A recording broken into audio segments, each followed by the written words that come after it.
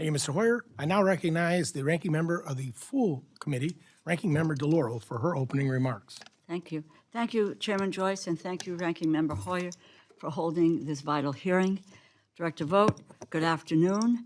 Welcome back to the House Appropriations Committee, and thank you for appearing before us today. The Office of Management and Budget is perhaps the most critical agency that most people have never heard of. I know you know this well, Mr. Vought, but that is no excuse to thwart and otherwise ignore the law. In the United States of America, if you disagree with a law, you have every right to urge that that law be changed. You can petition or meet with lawmakers, and you can wage a campaign in the court of public opinion. You can run to become a lawmaker yourself. What disagreement with the law does not confer is license to ignore the law, to flagrantly violate the law, and to act as though you are completely above the law. This administration, instead of being laser-focused on the cost of living crisis, it is actually making that cost of living crisis worse. And it has put billionaires in charge of the government and has filled the ranks of civil servants with political allies. For the sake of eliminating accountability and cutting taxes for billionaires, this administration is unlawfully impounding or stealing funds and dismantling agencies, depriving the American people of the programs and services which Congress has created, authorized, and appropriated funds for. You posit yourself a defender of everyday Americans and a champion for restoring an imagined version of America you consider morally and virtuously superior to the country we actually live in. I do not believe your actions, which are inflicting direct harm on the people you claim to support, is in any way reflective of righteous values or of America's constitutional tradition. You support autocracy, not restrained or limited government. You have shown nothing but utter disregard and disrespect for this committee, for Congress as a whole, and for the laws that we have enacted. When the president named you to retake this position, he said that you would, quote, return self-governance to the people, end quote.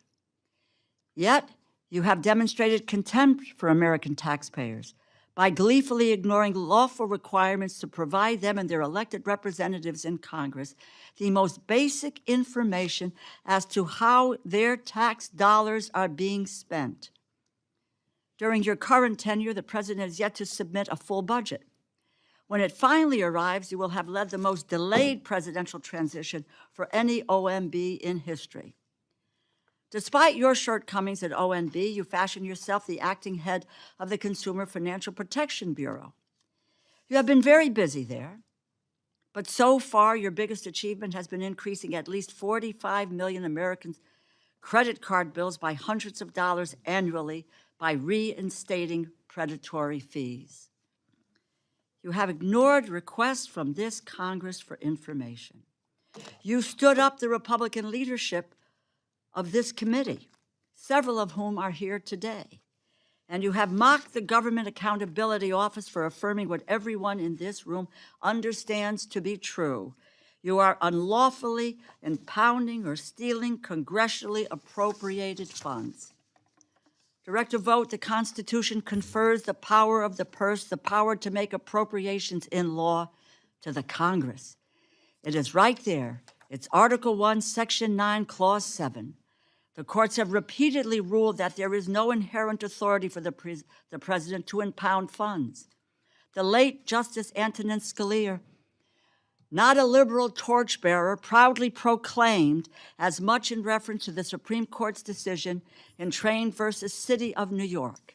Justice Kavanaugh, then for the D.C. Circuit, wrote, and I quote, even the president does not have unilateral authority to refuse to spend.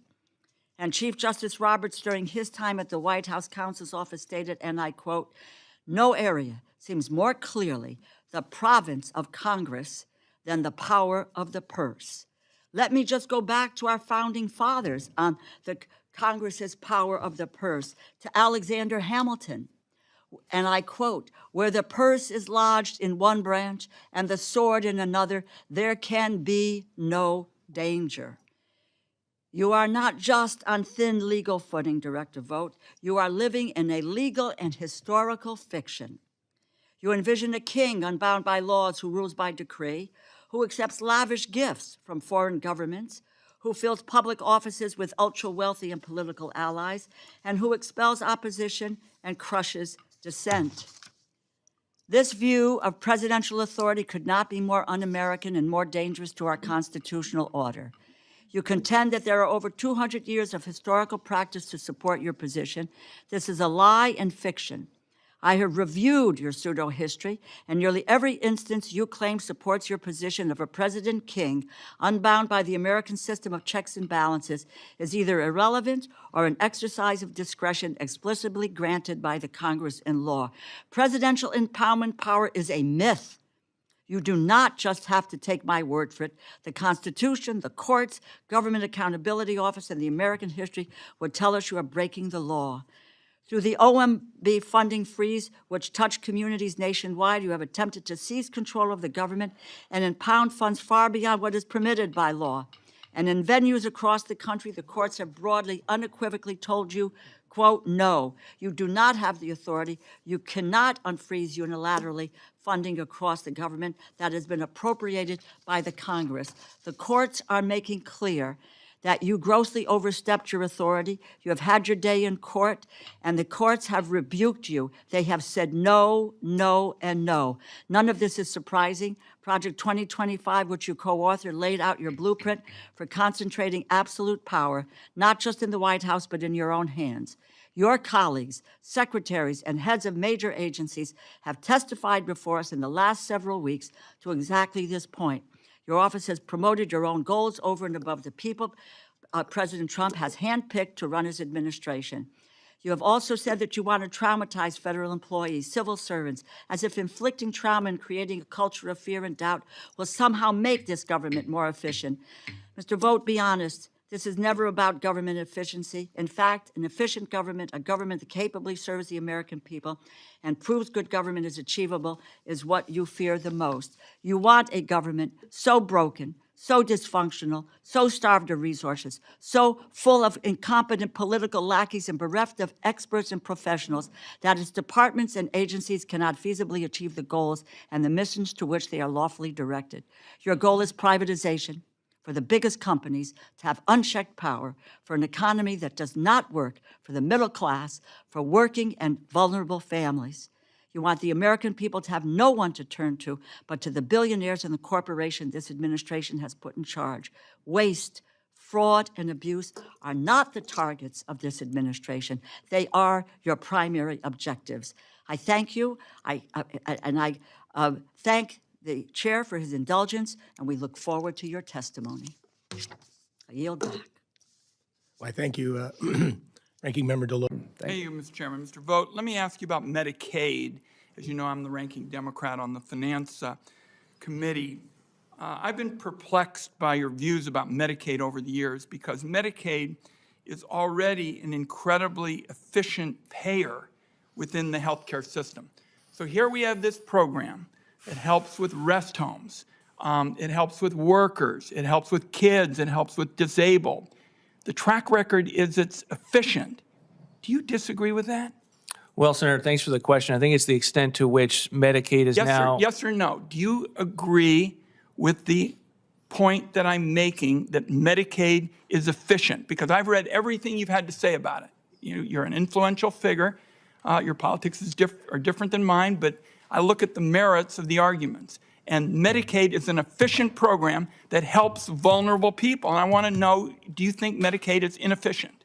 Well, I don't know if we're using the same definition of efficiency. And I think the challenge. You use something that would suggest other than the point I'm making. Because right now, four-person spending grew less than Medicare and private insurance over the last few years. So this program that you want to clobber, that you want to reduce, is more efficient than practically a host of other things. And I want to know what your argument is for Medicaid being inefficient, which you use to justify the cuts. Well, I'm not sure I used efficiency as the reason to justify reforms to Medicaid. What I was referring to and have, particularly defending the budgets that President Trump sent up, is that the populations that you mentioned are no longer just the populations of Medicaid, but now we have able-bodied working adults that get a higher match. And that has taken away from the ability to have a focus on those specific populations, because you have states chasing the match instead of trying to focus on those that it was intended for and weed out improper payments and waste, fraud, and abuse. And we know that there is improper payments in Medicaid to a very high degree. Well, what we know is that spending grew less in all these other programs, and that the analyses that have been done by objective people is dollar for dollar. This is an important way to help the poor. So let's start with that, and you haven't told me anything this morning that would suggest that you have a good argument that indicates you believe Medicare is inefficient, because the facts suggest otherwise, and let's leave the record open. You can send me anything you want. Let me ask you one other question, because my time is short.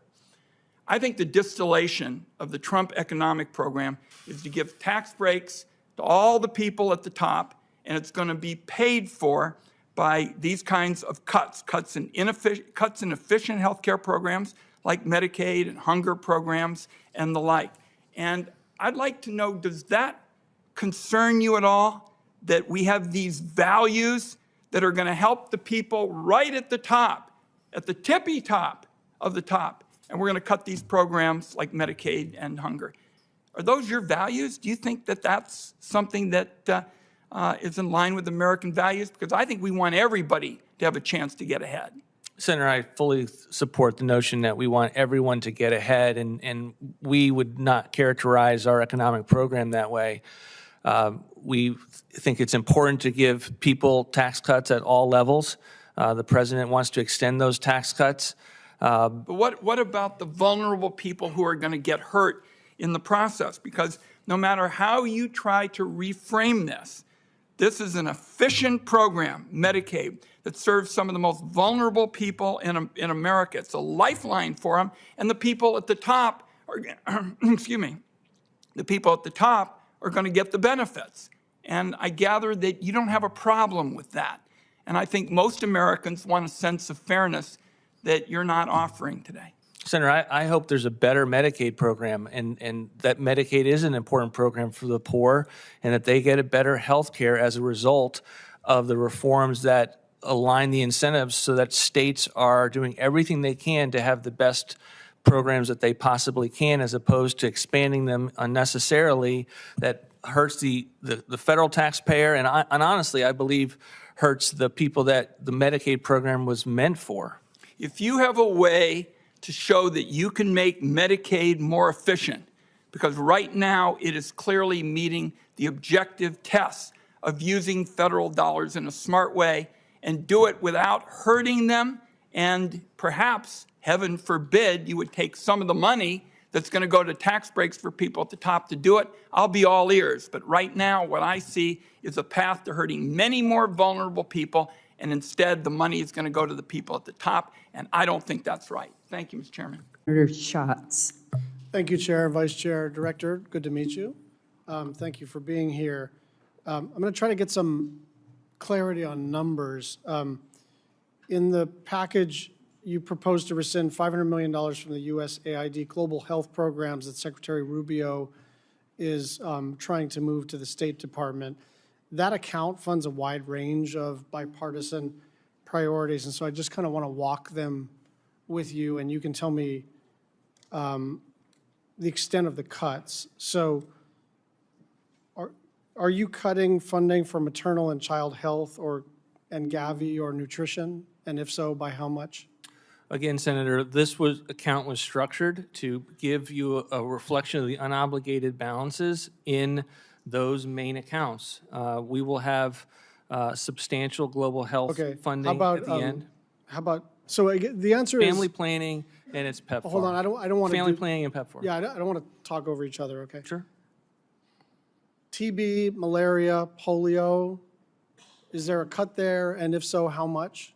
Again, those have been priorities that we have had, as you've seen in our budget. But again, Director, it's fine if you want to say you're not going to tell me, but we don't have to launch into our talking points. I'm just trying to get a number, and it's pretty customary in front of the Appropriations Committee with the Director of the Office of Management and Budget, who is proposing to rescind dollars, for me to say, are you going to cut this? And if so, by how much?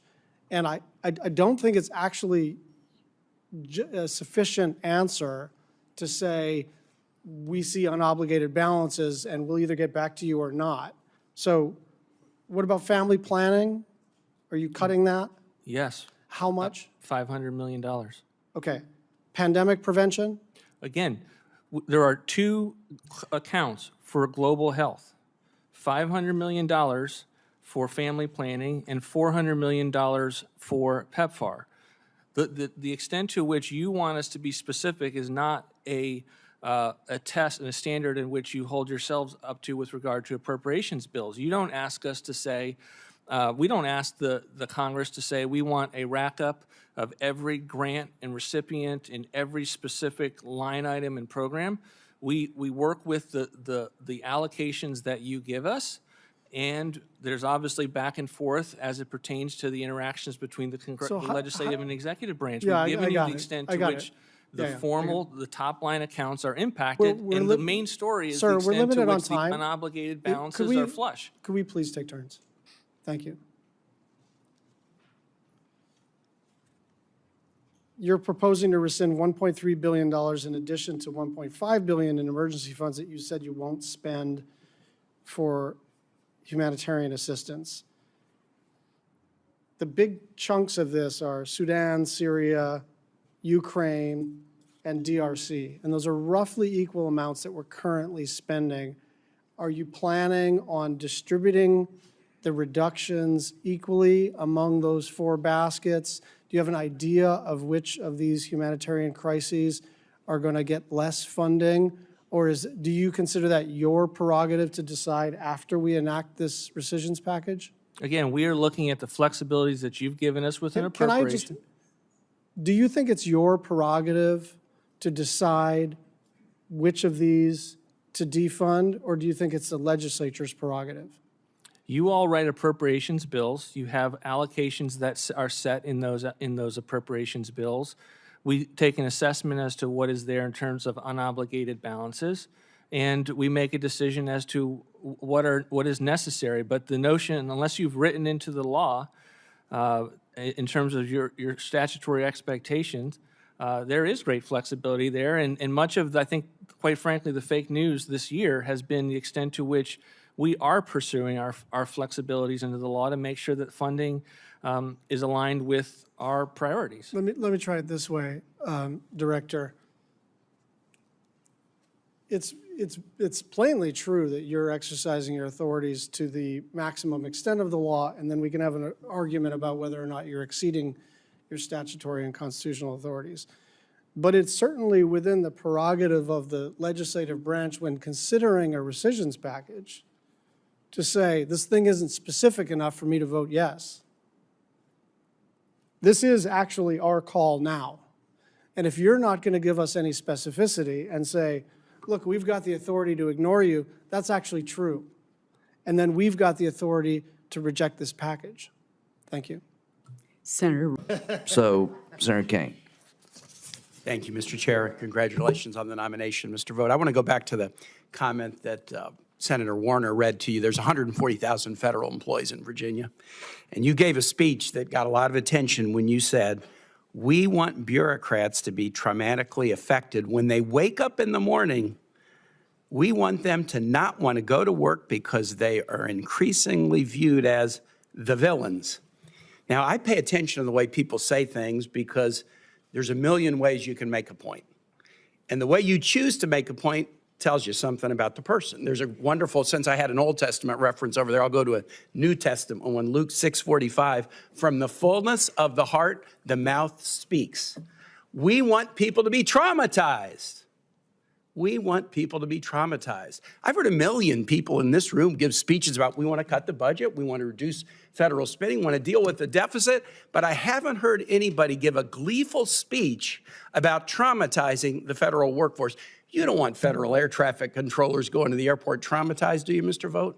No, Senator. You don't want the people inspecting our food, our medicine, our infant formula as federal. You don't want them to go to work traumatized, do you? No, Senator, You don't nor want the have I said people that. interdicting drugs at the border. You don't want them going to work traumatized, do you? No, Senator. And you don't want people who are working for you at the OMB, who many people would think, well, they're in the White House, they must be. You don't want them traumatized, do No, you? Senator. Thank you for expanding on that. Yeah, I mean, well, I felt like I had to, because I got 140,000 people, and most of them have families, and they're trying to do a good job. Was your comment about people being traumatized just focused on the federal workforce, or was it more broadly about state employees and local government employees too? Senator, it was about the weaponized bureaucracy that I'm unfortunately. going to get to weaponized in a minute, but you were talking about the federal workforce. I So was you talking weren't- about the bureaucracy that I experienced and that have, as at we, the federal level. at the federal level. You were not talking about state I can't speak. employees. I have no experience with the state. You were not bureaucracy. talking about local employees.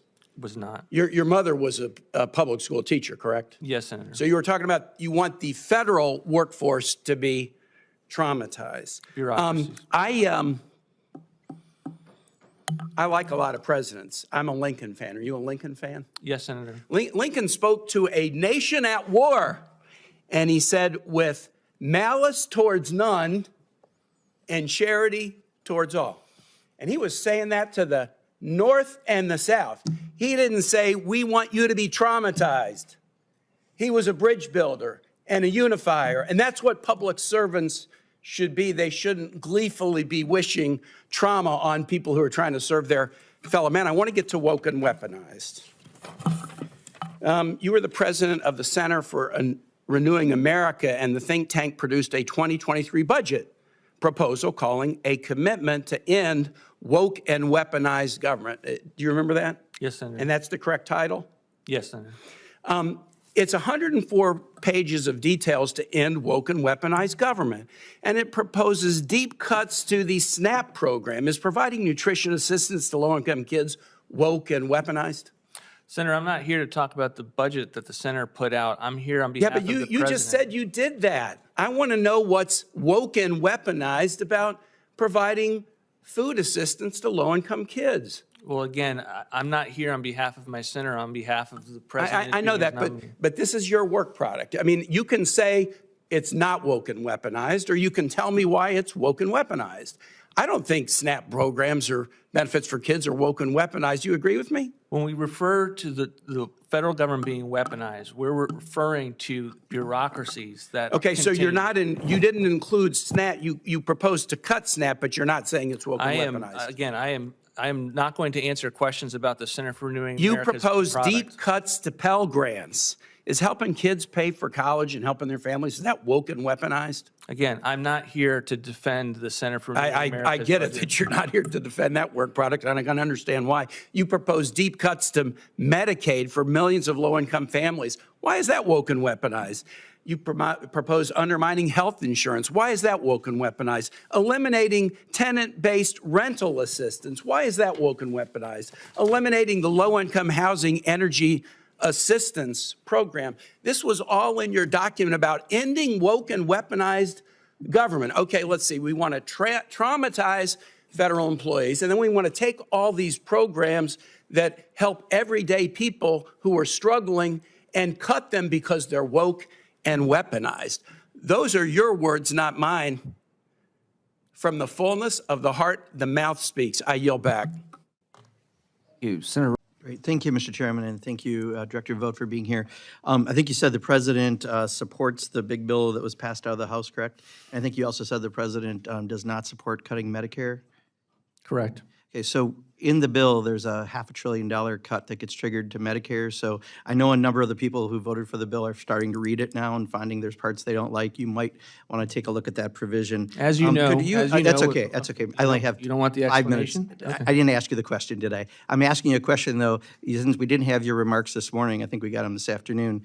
You mentioned cultural Marxism. You did it in your comment. Could you please, in 2 or 3 sentences, define cultural Marxism? Sure, it's a political theory that instead of dividing people on the basis of economic haves or have-nots, that you're dividing people on the basis of race and identity. And it's an attempt that we've seen, unfortunately, in this country, culminating in CRT, of dividing people on the race in our agencies and identity. So your definition, Mr. Director, is different than the definition I'm pulling up. First thing that pops up on here, it says cultural Marxism refers to a far-right anti-Semitic conspiracy theory that misrepresents Western Marxism as being responsible for modern progressive movements, identity politics, and political correctness. That's first definition that pops up here. It actually comes up a couple times on the first page. On Google? Yeah, you identify yourself as a Christian nationalist, correct?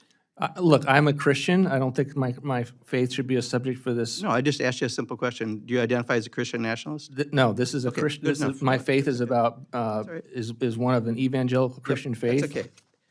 Not here to debate that. I saw But you brought it up. Christian nationalist. No, I asked you if you were a Christian nationalist. You said you weren't, correct?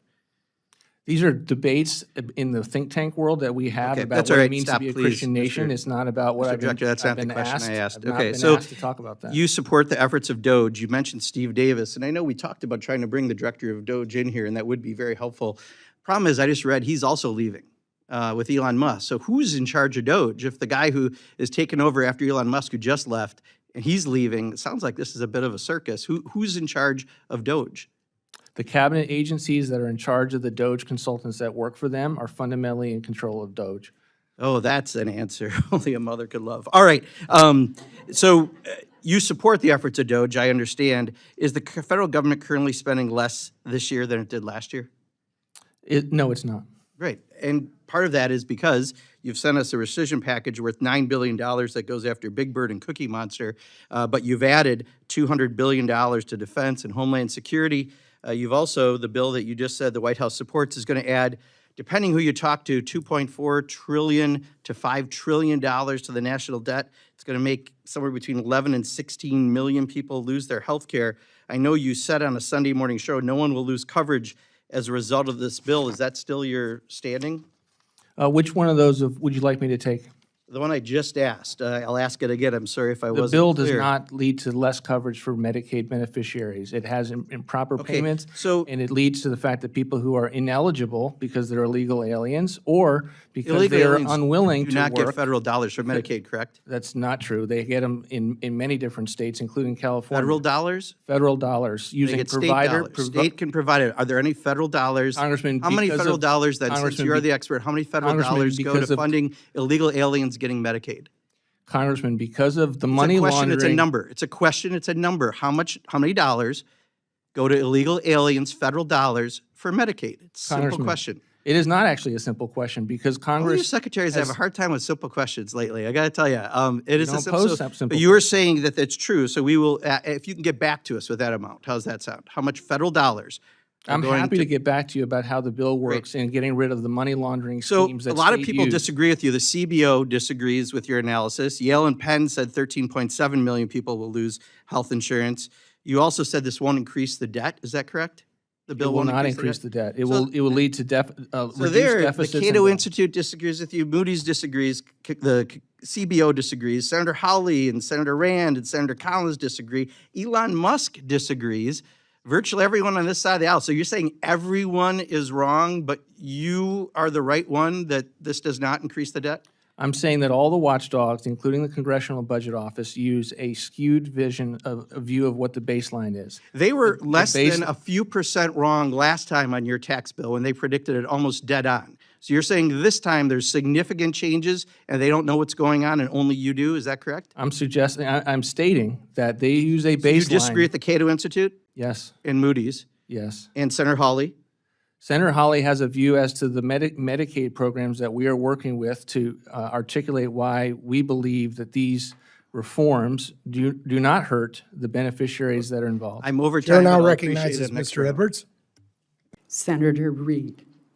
Well, thank you very much, Chairman Collins, and I want to also thank you for mentioning the importance of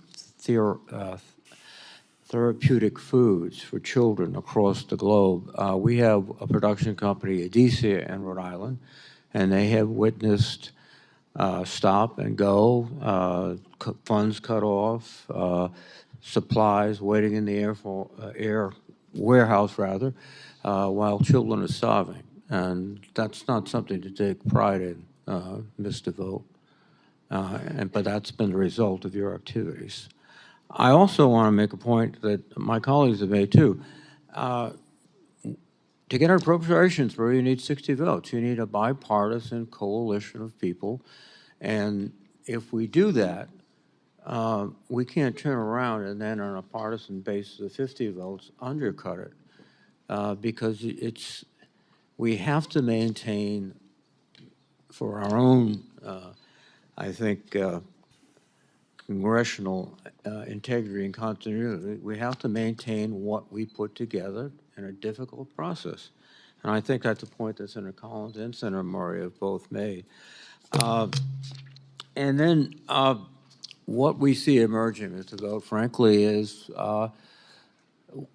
whatever we do will be, sort of suggestive, but not controlling, as I believe the Constitution requires, because you'll have rescission packages that come up here every other week, taking out everything you want and, allowing things that you don't want to survive. So I think it's the wrong approach, and I'll make that point up front. And let me ask a very brief, and I would hope for sharp responses from you. How much are you proposing to cut from the non-defense discretionary budget in FY 2026? $163 billion, 20% reduction, the lowest level since fiscal year 17. And how many federal workers will be eliminated because of those cuts? You don't have a rack up for that. It's an ongoing assessment as we figure out where we are throughout the fiscal year.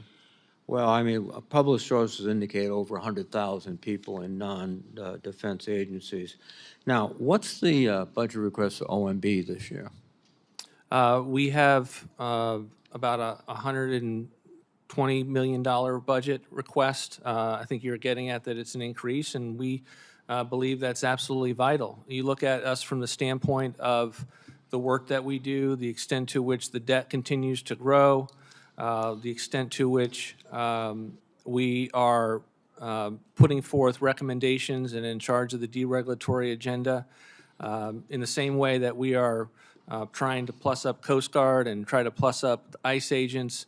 We also believe it's important to plus up those examiners, So career cutting examiners. to the chase, my numbers are 146 million. I don't have it in front of me. This wasn't a it's about a OMB budget 13%. appropriations, but About a happy to get you 13% our increase. specific So level.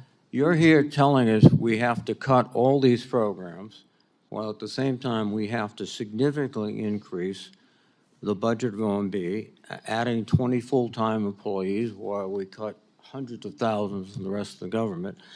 And really, from what you've been saying today, this is not about budget analysis. You haven't produced any cost-benefit analysis. You haven't talked about these programs in the sense, well, it's not working because the goal is to reduce AIDS. No, it's ideological. It's your preferences that you're imposing upon this government. And the whole essence of Congress is we come together to represent the entire American population and work it out, argue a lot, but that's the process.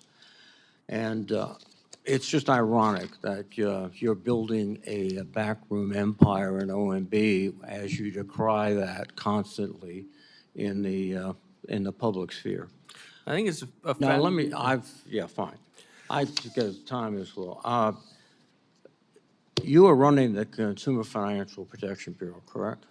I am, but I'd like to respond to the last question in the sense that we're talking about 20 career examiners as if that is somehow going to break the bank. And in particular in your area, Senator, we had one resource management organization that covers the entirety of the Department of Defense, the entirety of state and foreign aid, the entirety of the intel community, the entirety of the Department of Veterans Affairs. That type of resource management made your organization point. needs more career examiners to be able to continue to do the job that it does. Look at General Accounting Office. I don't think they provide very much value add, to be honest with you. They are massive. They are absolutely massive. We don't want to have anywhere near that level of Excuse me. FTEs, but it's important I for us to be able to suspect if grow. I asked any one of your colleagues if they needed more people to do their job, they'd say the same thing. So it's not particularly compelling. But I want to get at a point, and excuse me. You are running the Consumer Financial Protection Bureau. You have reduced the manpower in the Service Members Affairs Division, correct? I am trying to. I am in You are judicial. trying to. So you're putting more people in OMB, but you're taking away the people who are dedicated, in fact, the only place in the government, to protecting the finances of men and women in uniform in the United States, that everybody rolls the flag up and says they're great, they're great, they're great. But when they're taken advantage of by multiple companies, you've taken away the people that are going to fight for them. Senator, that's actually not true. I specifically made military lending a priority in the enforcement guidance that I put out. I am trying to reduce the overall footprint of the agency. I'm in judicial receivership where I can't even cancel a contract, let alone do a reduction in force, because I have to go and litigate this in district court. We are waiting on that opinion. Hopefully that will be coming soon to see how I might be able to answer your question specifically as to the number of employees that will result in the enforcement division. But we ultimately believe that the Consumer Protection Bureau has not actually protected consumers. And I will tell you, as we have delved deep, we have found the extent to which these examiners have gone thank out you. and tried to weaponize the agencies against hardworking Americans across the country. Well, they're trying to protect soldiers, sailors, Marines, airmen, and Space Guardians. And we protect that And you enforcement. don't care a bit about them. Thank you, Director. First of all, you just gave us a list that is very similar to ones that all of us have read and that I addressed in my opening statement. These are programs that were funded in the Biden administration. There's no way that President Trump's administration would allow such wasteful and questionable spending. So I am puzzled why you would be cutting funds that the president signed in March as part of the continuing resolution, when now your appointees are there to prevent the kind of spending that most of us would find to be reprehensible and a waste of taxpayer dollars. Thank you for the question, Senator. And I was, in listening to the opening statements, I was encouraged to hear the bipartisan outrage for some of these programs. I would add a couple points in direct response to your question, Senator. These are largely multi-year funding. There is some expiring funds with regard to fiscal year 25, but the way that this was structured was to find the waste, the abuse, the average on an annual basis for grants that get re-upped each and every year. And so we are in $37 trillion in national debt. Our view is to see, when we look at these programs, can we do it cheaper as evidence about what we find, and then to reflect that with some savings to the taxpayer. We think that we're doing that here, and that is the extent to which we don't want to just plow it into additional spending. We actually want to have it lead to a more efficient federal program in the area, PEPFAR or whatever economic development assistance that we might find. The other thing I would say is the extent to which the normal pipeline for these funds is something we're taking a close look at. I mean, we don't want to re-up the same spending to the same NGO with a different grant title. That's not success here. And so it will take some time for us to be able to find the types of groups that can dispense these funds in ways that are consistent with this administration's priorities. Well, let me also take issue with your statement that, quote, no life-saving treatments will be impacted. When you look at PEPFAR, you are eliminating a lot of the prevention programs. And just this past week, the FDA approved a twice-yearly injection that provided significant protection against HIV infection in clinical trials. We've seen literally 26 million lives saved through a combination of prevention and treatment. We can't tell, in looking at the information that you've given us, because it's not specific, whether the rescission would harm our efforts to prevent the spread of tuberculosis or polio or malaria. Those are all programs that have been proven effective. I'm particularly concerned also about what the impact would be on the maternal and child health programs. We can't tell, but we do know that important food supplements, the ready-to-use therapeutic food that I'm showing you right here, which is peanut butter-based but greatly enriched, have saved the lives of premature babies and malnourished children. We know that these prenatal vitamins have allowed impoverished mothers in Africa to safely deliver healthy children.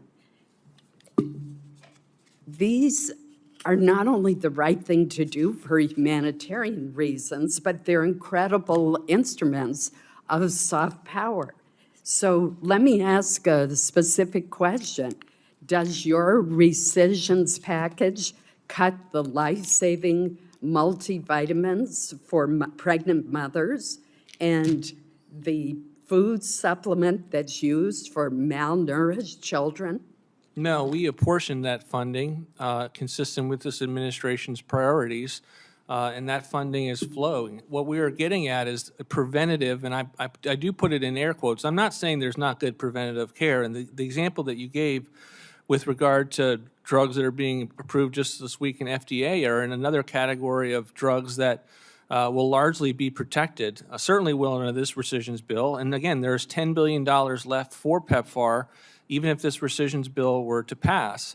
What we're getting at is the extent to which we have identified in literally every program. Part of the exercise here is that all of these programs are in some respects in the dock because we have identified the extent to which all of them are funding liberal NGOs doing activities that the American people wouldn't support. And that just because they're in the PEPFAR account shouldn't make them immune for a rescission. And so when we look at preventative and we're saying in $9.3 million to advise Russian doctors on how to perform abortions and gender analysis, $4.4 in funding to recruit gender and inclusive development experts, $45 million to International Planned Parenthood Federation. This isn't, the American people, if we went to a diner and we said, what is preventative care? And we included all manner of doctors in that diner conversation. And said, what's the kind of preventative care that you would support and you think would make sense? My guess is it would be in the area of the drugs that you mentioned. My guess it would also not include this kind of waste and abuse.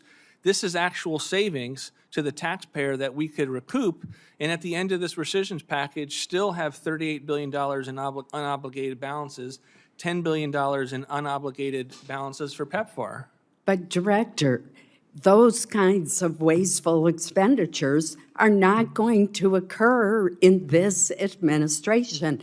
That's my whole point. And I know for a fact that both of these products, which are made entirely in America, are being held up. This peanut butter-based supplement is in a warehouse, and there's worried by the private foundations that are contributing to the undertaking of this program that they're going to expire because they can't get the federal funding to distribute them. Senator, the funds were apportioned. We're happy to look into. There has been a lot of news out there with regard to what is occurring. I just read this morning with regard to one of the drugs that you just mentioned. And again, we have it protected with regard to this rescissions package. And so I understand we haven't been in the business of doing rescissions packages for quite some time. We're getting those muscle memories going again. But we can work with Congress to make sure these types of things are protected on an ongoing basis. But I do believe it's important to have a reflection on the fact that if you find savings, and you know that that generally occurs on an annual grant, by grant process annually, can you rescind that money in such a way that we actually get something for it? And I am worried, Senator, about the extent to which if we just have the same amount of money that's there annually, and you just say it's got to go, that you are putting massive pressure on the bureaucracy to get it out the door to the same NGOs that we are now here to deal with the extent to which they have been wasting the American people's hard-earned tax dollars. And I am concerned about that. Senator Murray. If you don't mind, just one point of clarification. The stuff you read, did that come from PEPFAR? Yes. Okay. Thank you. Madam Chair, and I want to associate myself with the comments just made by my colleague, Senator Daines. I'm, in fact, going to start at the same place you started in your questioning.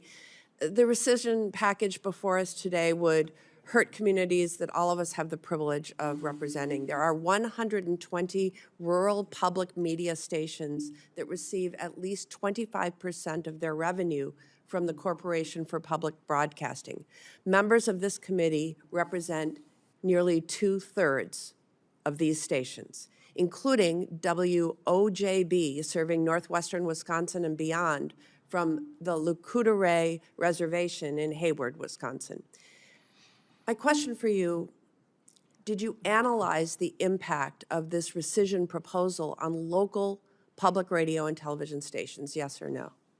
We always analyze everything, and we took. Can you provide my office in this committee with a copy of that analysis? I'm happy to answer any questions for the record that you might have.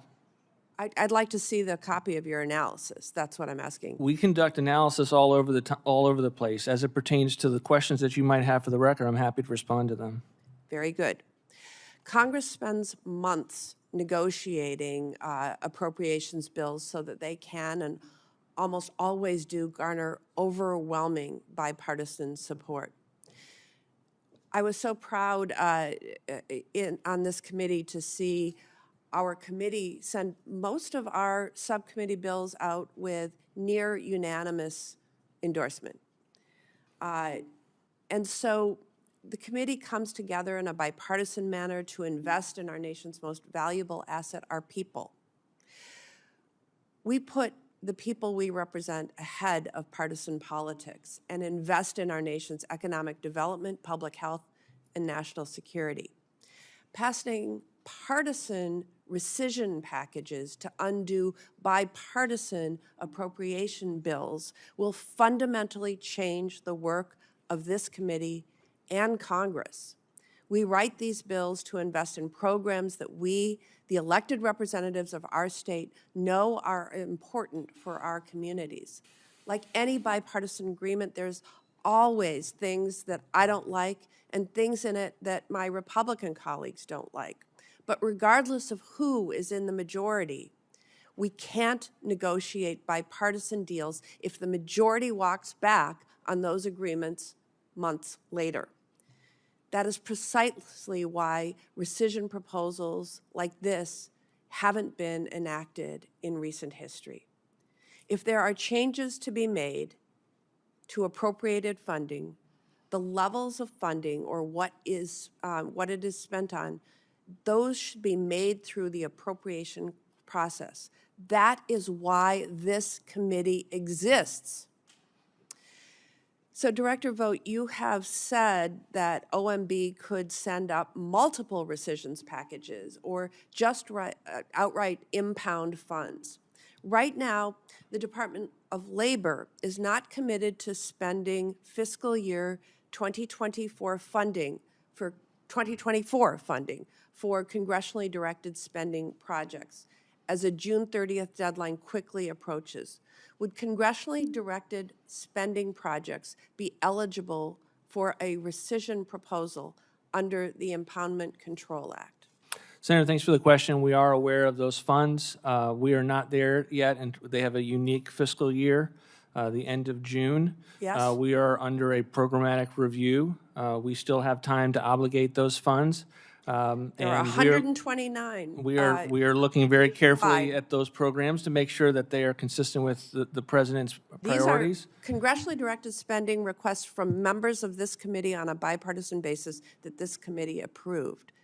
That money needs to be We're certainly aware allocated. of the funding at issue. So right now, the Department of Education is not committed to spending appropriated funding for formula grant programs that should be allocated to states and school districts in the coming days. That is leaving schools completely in the dark about how much funding they will have for the school year that starts in 2 months. Would funding for the Department of Education formula grants for before and after school programs or funding directly supporting teachers and educators be eligible for the next rescissions proposal? We are considering multi-year funding, and it is underway with a programmatic review. But again, it is multi-year funding, and no decision has been made with regard to whether they will be a part of any particular rescissions package. We are aware of the extent to which we are reviewing those funds. Madam Chair, I have more questions, but I note that my time has expired. I will submit them for the record. Thank you. Thank you. Senator. Thank you, Mr. Chairman. Mr. Vought, I appreciated the opportunity to meet with you last week, but I do continue to have very serious concerns regarding your nomination, starting with your position and record on impoundments. I do not believe what happened in the case of withholding security assistance to Ukraine in 2019 while you were acting OMB Director was an accident or a misunderstanding. And I fear it is actually a harbinger of what is to come these next 4 years. In fact, on his first day in office, we saw the president order, among other things, what appears to be an illegal deferral of Inflation Reduction Act, bipartisan infrastructure law, and foreign assistance funds, as Senator Merkley referred to. And Mr. Vought, your written response when pressed on this, that you will follow the advice of the incoming OMB General Counsel, Mark Paoletta, someone who has called the Impoundment Control Act a stupid law, and recently tweeted at you to impound, baby, impound, is a bit rich. Look, as I said to you at our meeting, members of Congress on both sides must know a deal is a deal. A deal is a deal when we reach a bipartisan agreement on major legislation. Agreements cannot happen, and Congress cannot function without that level of trust. And impound, baby, impound is not the answer I am looking for. So I want to ask you today, will you, if confirmed as director, faithfully follow the law, the Impoundment Control Act, yes or no? Senator, we will faithfully uphold the law. The president ran on the notion that the Impoundment Control Act is unconstitutional. I agree with that. I would, in response to both questions, say that what the president has unveiled already are not impoundments. They are programmatic Has the impoundment delays. law ever been said to be unconstitutional by a court of law? Not to my knowledge, it Senator, has no. not. So it is the law of the land. I don't care what the president said when he was running. It is the law of the land. So will you follow that law if you are confirmed to this office? Senator, the president and his team is going to go through a review with our lawyers, if confirmed, including the Department of Justice, to explore the parameters of the law with regard to the Impoundment Control Act. He hasn't developed a strategy that he's announced as it pertains to how he would approach it. There are pieces of legislation that have been proposed by members of this committee. We propose legislation all the time. If the rule of the law in a state is that it's a 50-mile-an-hour speed limit, you can't just say, well, I think that's irresponsible and I'm going to challenge it, so therefore I don't have to follow it. The impoundment law is the law. Will you follow it or not? You can say that we're going to look at it and might challenge it in court, but it is the law today. Will you follow that law as director? Senator, the reason why the president ran on this is that 200 years of presidents had this You're telling me authority to why you don't manage agree with the taxpayer law, but the law resources. is the law. Will you follow the law? And what he found in the first term was that we had agencies that would push out spending at the end of the fiscal year. Mr. Chairman, I'm going to take my time back for a minute and just tell all of us. We work all the time on appropriations where I am ranking member to come to an agreement. Senator Graham, you and I work on agreements and we decide, yeah, okay, we'll both vote for this. We have an agreement. How can we ever have an agreement in the future if a president, whoever he or her may be in the future, has say over that, saying, never mind, I'm not going to pay for this part of it. We have to have agreements. It is the law of the land.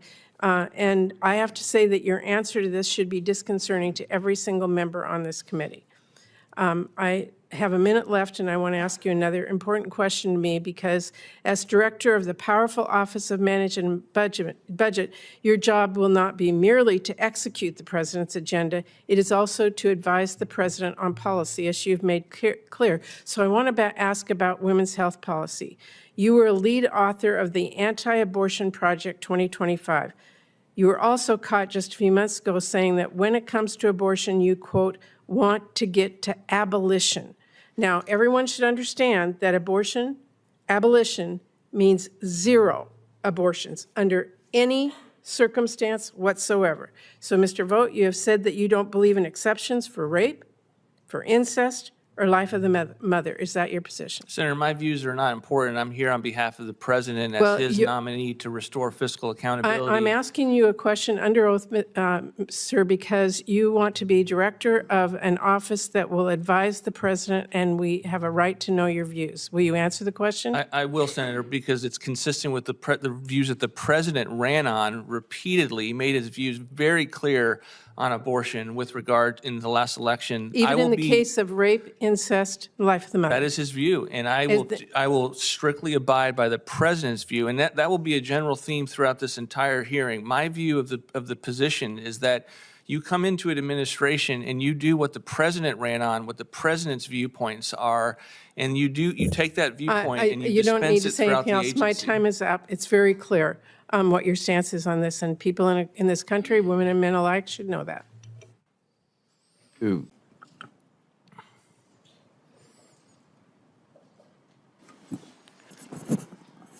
Vought, under your leadership in 2019, OMB illegally withheld $214 million that Congress appropriated to the Department of Defense to provide security assistance to Ukraine.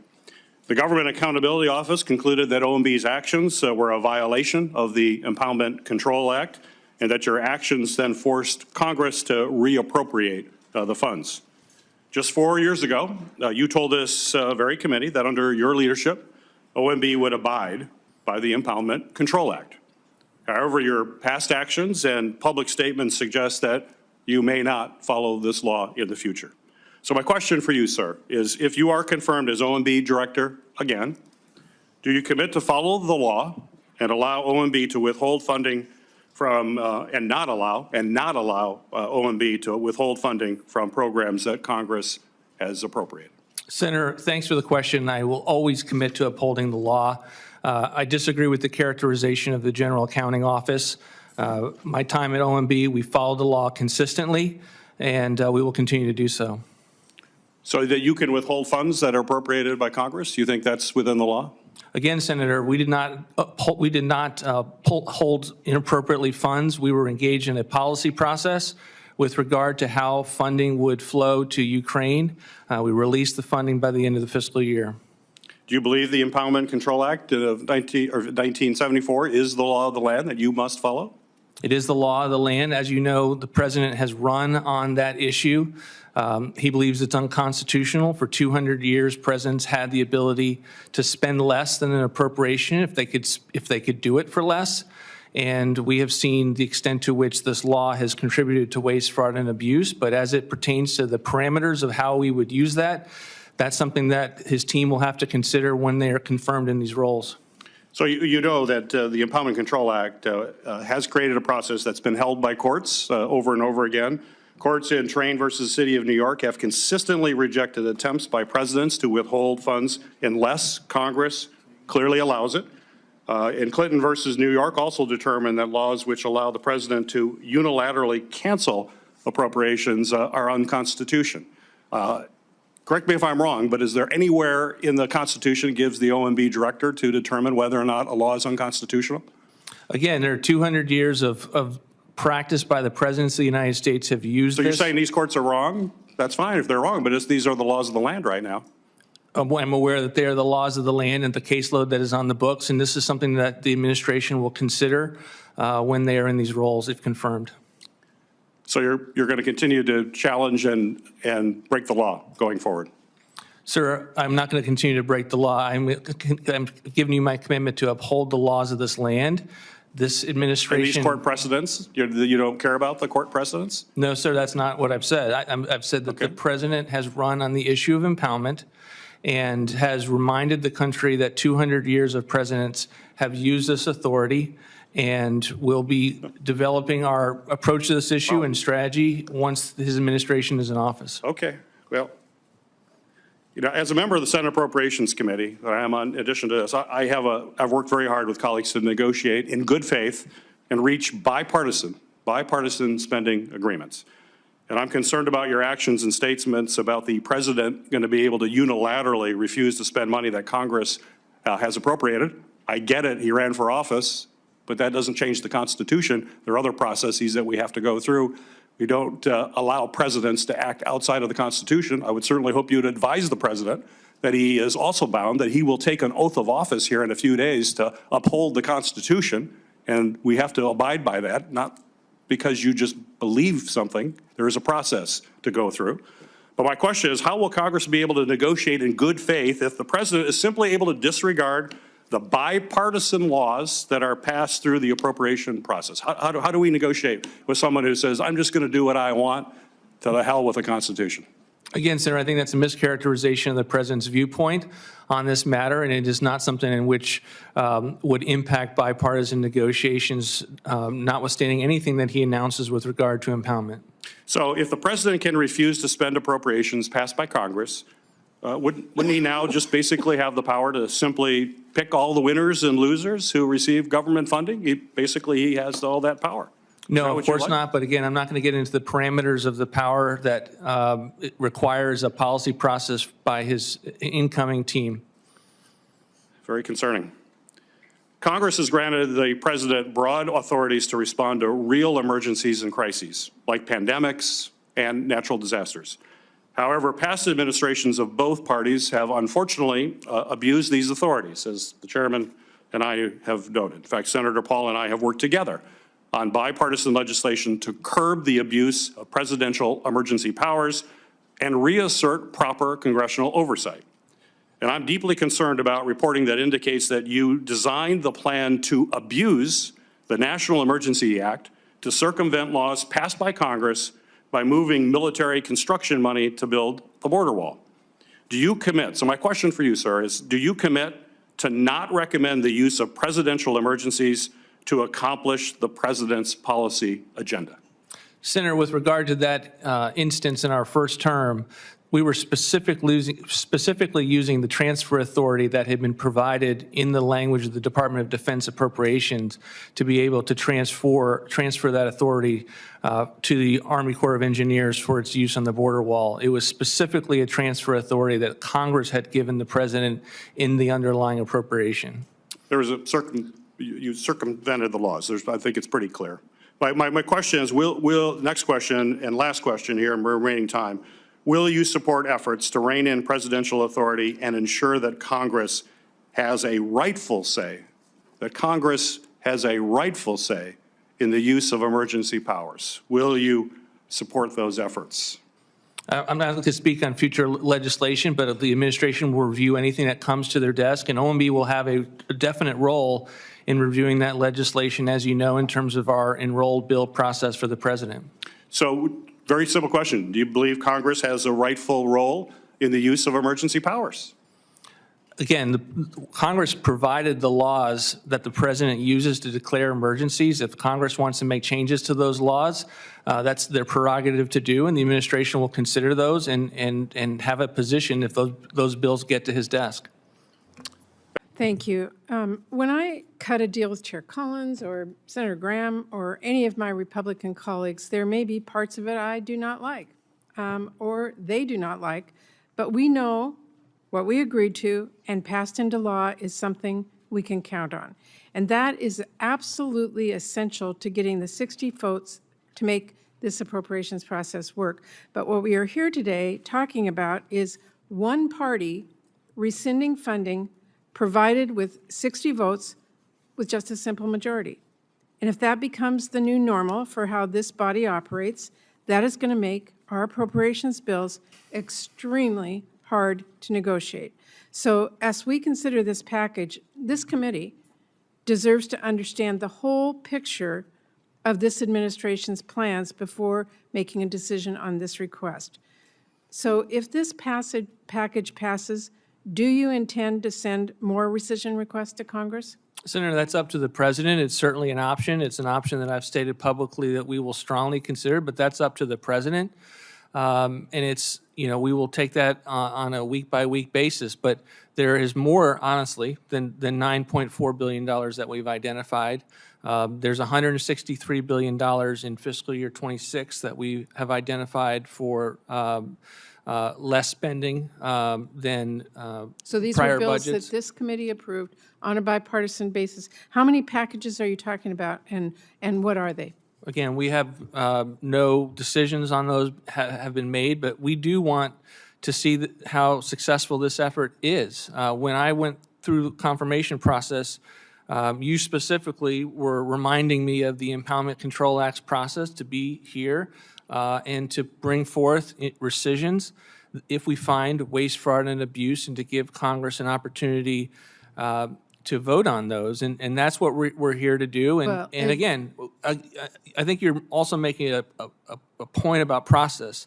From Gerald Ford to Bill Clinton, it was totally normal for the appropriations process Correct, to and consider I will just rescissions. remind all of us that the Appropriations Committee worked on those in a bipartisan way. They were not partisan packages that were sent up. So what I'm hearing you answer me is that there will be more. You don't know how many more, but there will be more. So this committee and this Congress could spend a lot of time going forward on requests for cuts if this package passes.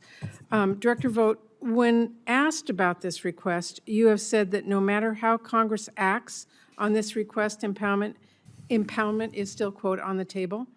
And in an acknowledgement of how unpopular your cuts to bipartisan priorities are, you even publicly said you may well try to do an end run around Congress by requesting rescissions in the last 45 days of the fiscal year, and then pretending that even if Congress fails to approve them, you can rescind those funds anyway. So let me tell you, that is not how the law works.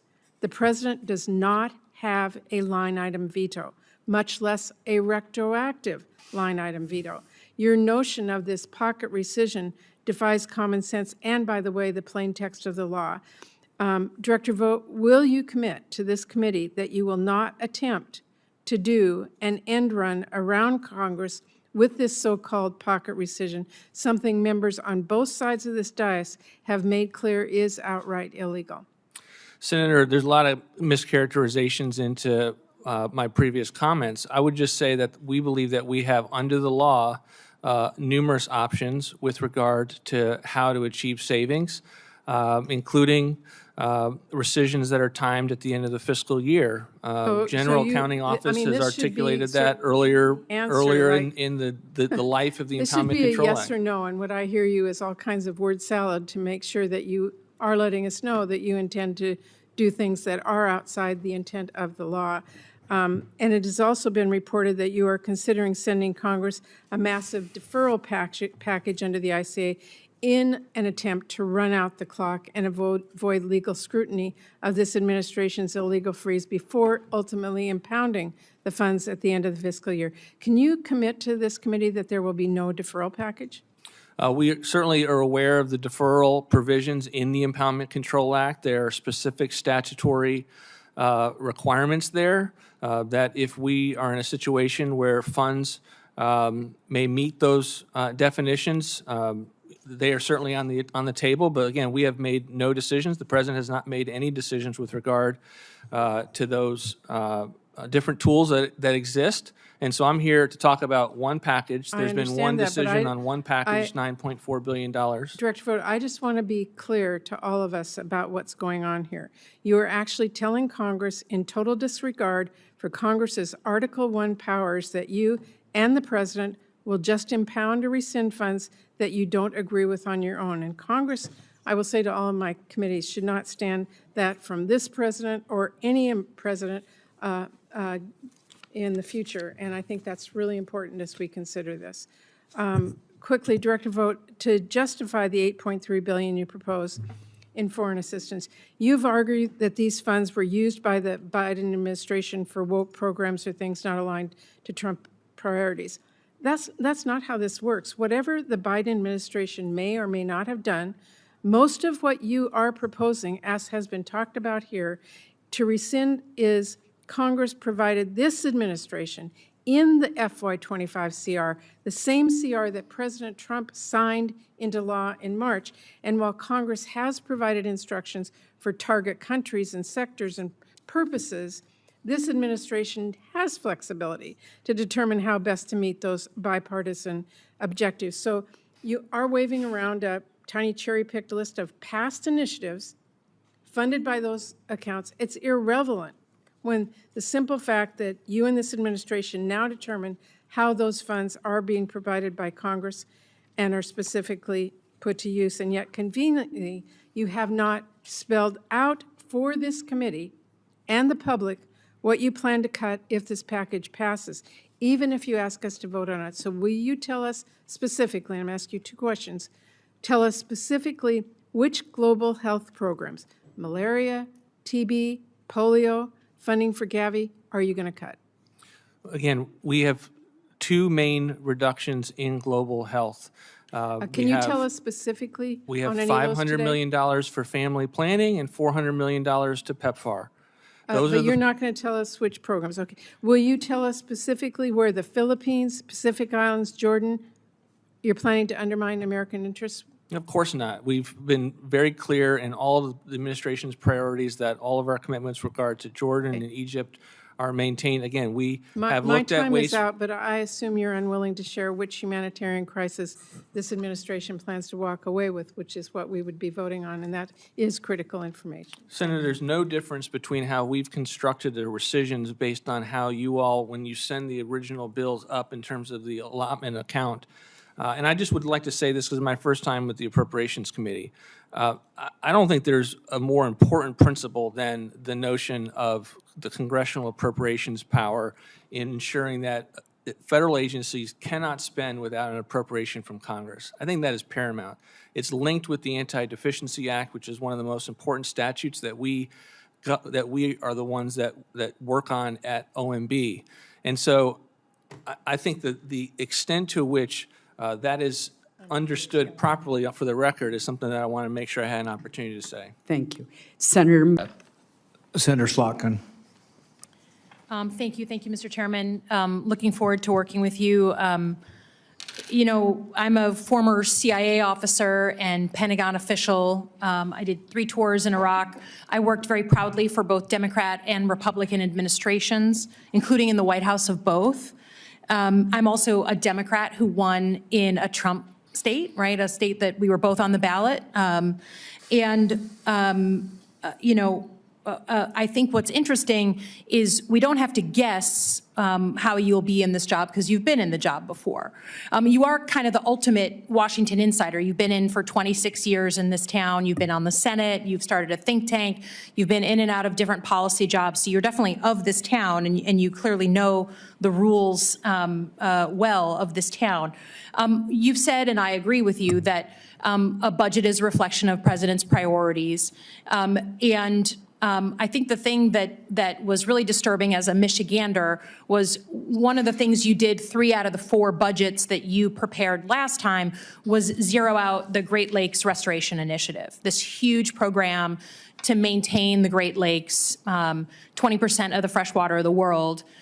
where it took bipartisan work, including potentially senators in this room before my time, to claw that back. We have projects on treating algae blooms and invasive species, cleaning up some of our bays, making sure it's accessible for commercial traffic. What's your view on the GLRI? Are we going to have this conversation again when you zero it out in the budget?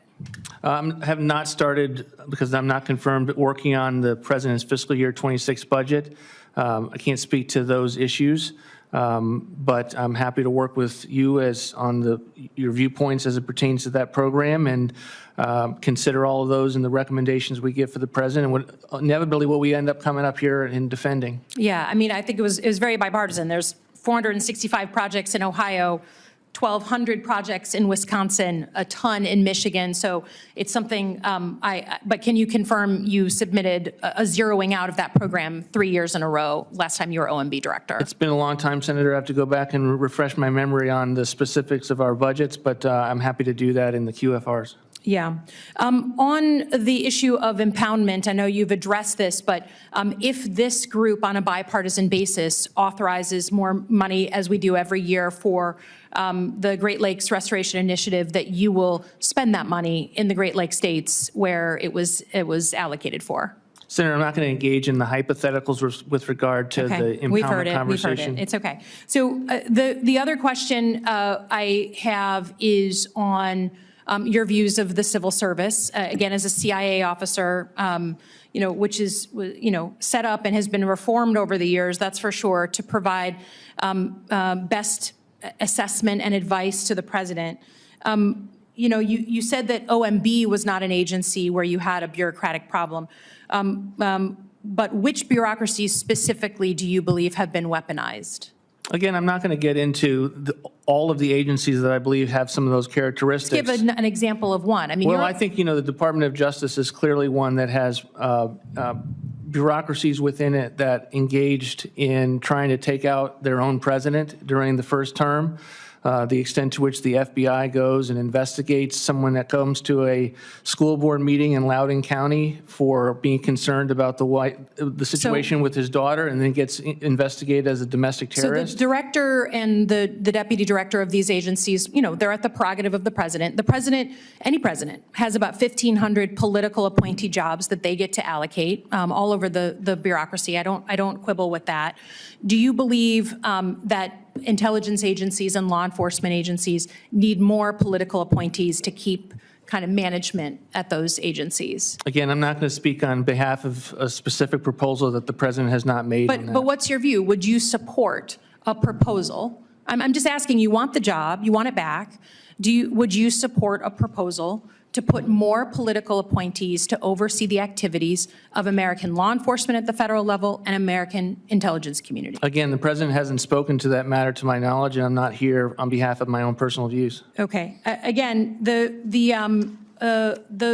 feeling that we have, the thing that keeps coming up is, again, I don't quibble at all with the fact that the president is going to put in people that I don't agree with on a policy perspective. That's not my debate. My concern with you and with potential Secretary Hegseth yesterday is that when asked clear constitutional questions about the allocation of money, you can't answer a straight constitutional question. Again, we're going to disagree on policy. There's no question about that, and that's not my issue with you. My issue is the constitutional side, because you are going to swear an oath to the Constitution, not to Donald Trump, just like any other confirmed official. So can you confirm for me, please, that you will abide by the Constitution and current law as it is, not what you wish it to be? I absolutely will abide by the Constitution at all times.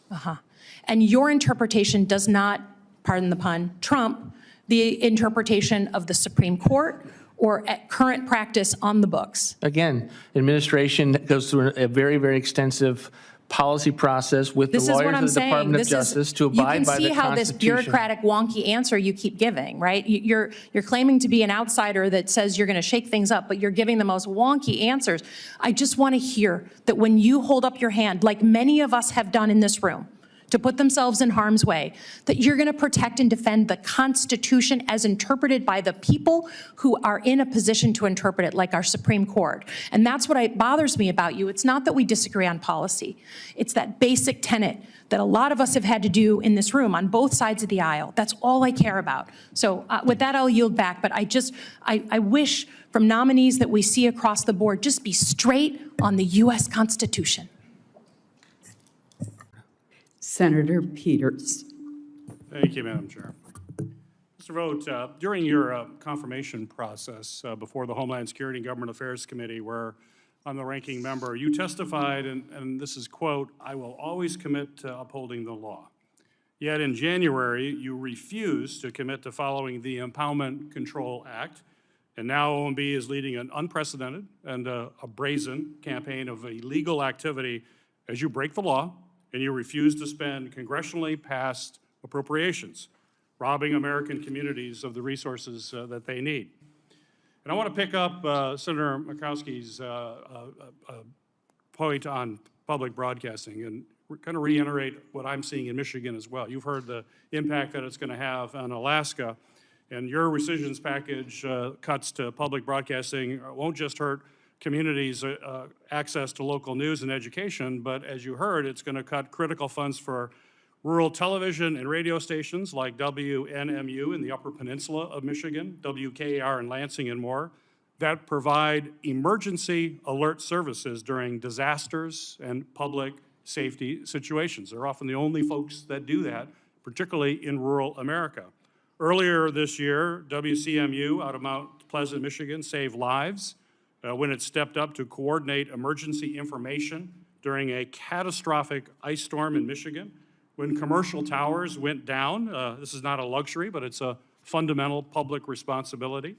Public broadcasters are the backbone of emergency alerting, but I've heard from Michigan broadcasters, especially those in rural areas, that they may not survive if these cuts go through. That could mean no emergency alerts for over 250,000 residents in the Upper Peninsula alone, not to mention the thousands more in northern Michigan, mid-Michigan, or the thumb. So Director Vought, I just need a yes or no answer to this question. Were you fully aware of the emergency alert function that public broadcasters play when recommending eliminating these funds in the rescissions package? Senator, certainly aware of the extent to which public broadcasting has an impact on these communities, and it's our view is that to the extent that it's been politicized, we have a real problem in this country. You said something earlier in which you said was misstated. We did not impound funds in January. We have not impounded funds yet. It certainly wasn't as a result of the malicious compliance that was conducted with regard to the freeze memo that you were referring to. So I think it's important that the record reflect that. Well, we're seeing, Mr. Vought, thank you. We're seeing you're holding funds that have been appropriated by Congress that's not going out. Communities and others are being hurt. We're conducting a programmatic answer review. the emergency. I would like you to answer the question that I asked. Are you aware about the emergency alert function and how critical that is in rural America? Is that Certainly something? aware of the extent to which public broadcasting performs a host of different purposes, and we continue to have Specifically major emergency broadcasting. and Do we you know that? continue to maintain funding for other programs, one of them which includes a FEMA for this type of work and this type of Well, you know, service. FEMA can't do it all. That's where it's pretty clear what's happening here. So how are you going to fill the budget backholes? How are these people going to be able to get that information? Do you have a plan for that? We believe that we have put forward a very reasonable proposal. We've maintained the fiscal year 25 funds that are already obligated to the Corporation for Public Broadcasting.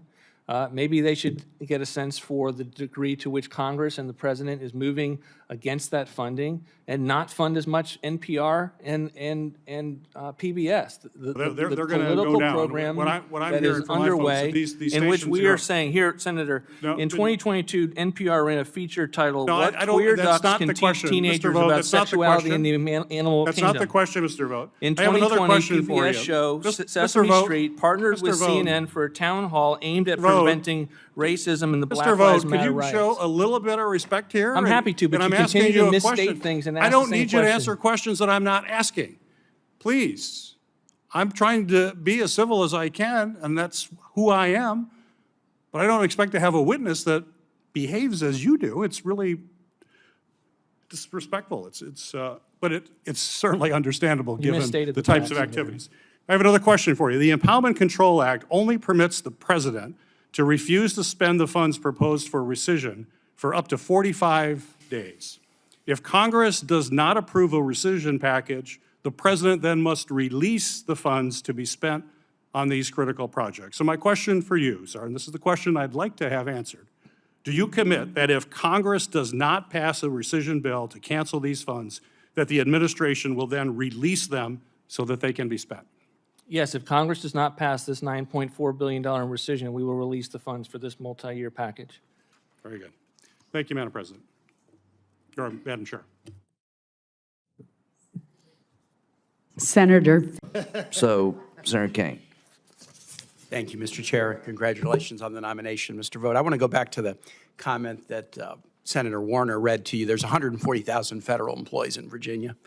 And you gave a speech that got a lot of attention when you said, we want bureaucrats to be traumatically affected. When they wake up in the morning, we want them to not want to go to work because they are increasingly viewed as the villains.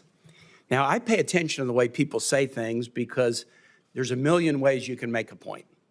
And the way you choose to make a point tells you something about the person. There's a wonderful, since I had an Old Testament reference over there, I'll go to a New Testament one, Luke 6:45. From the fullness of the heart, the mouth speaks. We want people to be traumatized. We want people to be traumatized. I've heard a million people in this room give speeches about we want to cut the budget, we want to reduce federal spending, want to deal with the deficit, but I haven't heard anybody give a gleeful speech about traumatizing the federal workforce. You don't want federal air traffic controllers going to the airport traumatized, do you, Mr. Vought?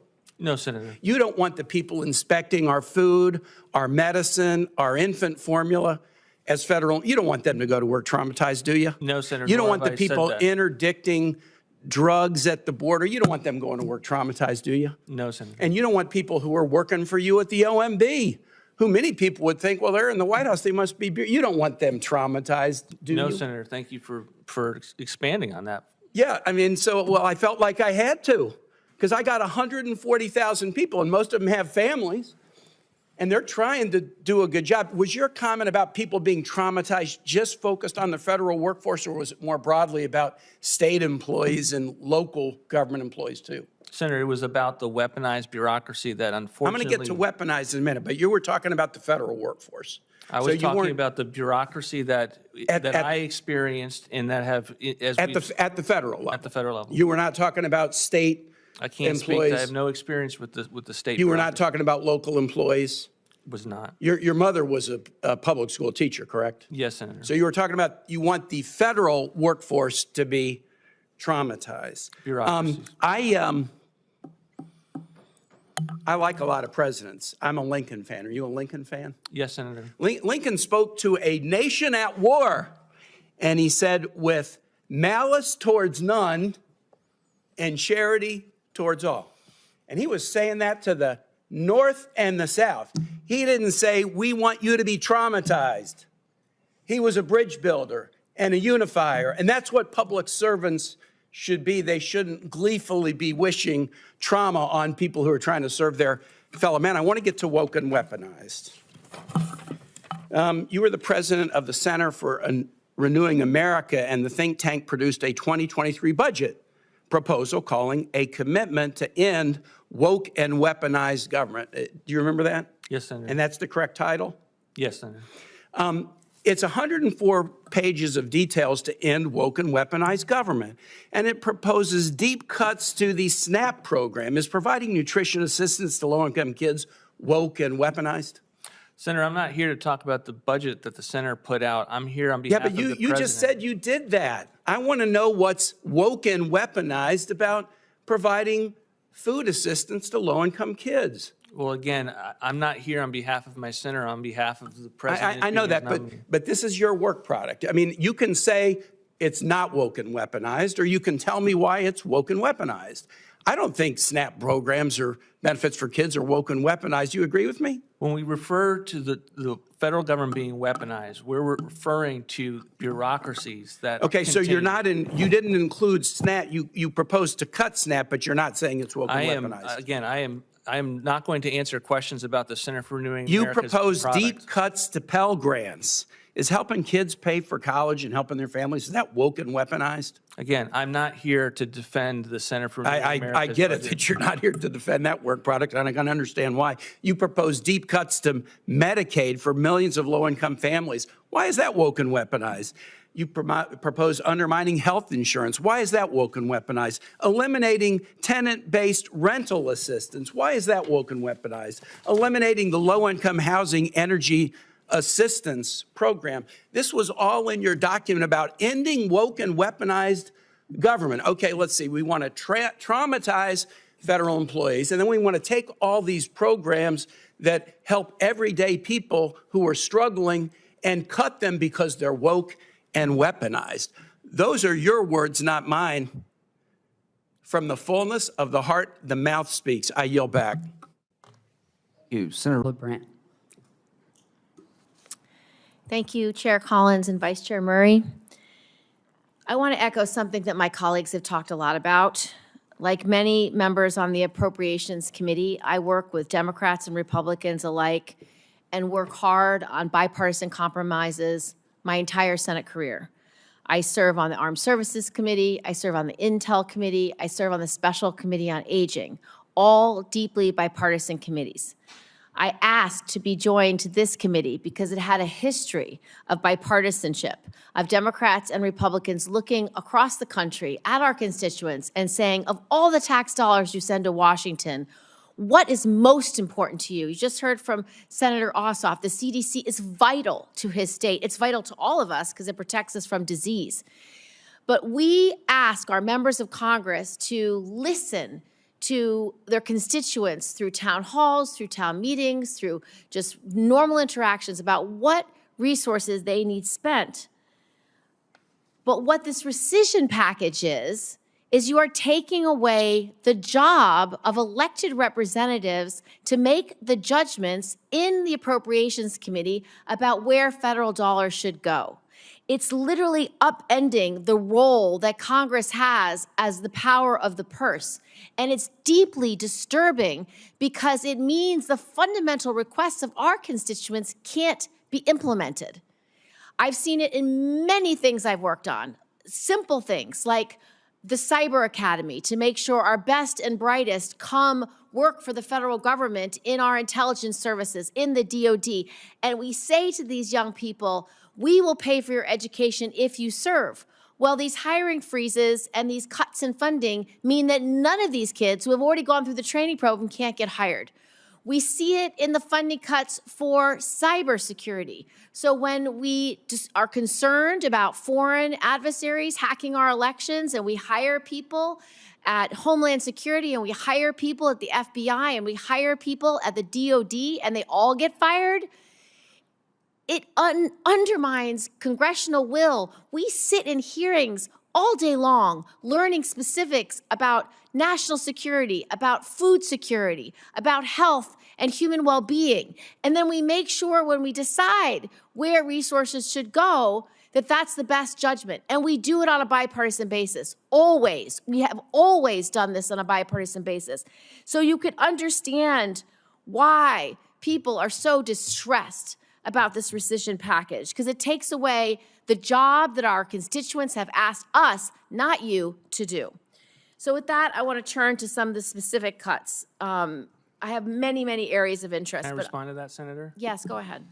This bill gives you the vote to pass or not pass the rescissions package. They're not taking anything away from you.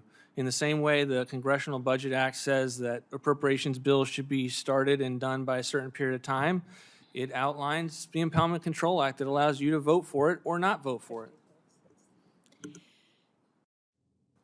That's an absurdity. It's an absolute absurdity because that's not the way it's supposed to work. You, as the administration, is not supposed to pick and choose the work that we've already done. We have the power of the purse. I will be voting no on this rescissions package. It's the most obvious no vote that my constituents would like me to make.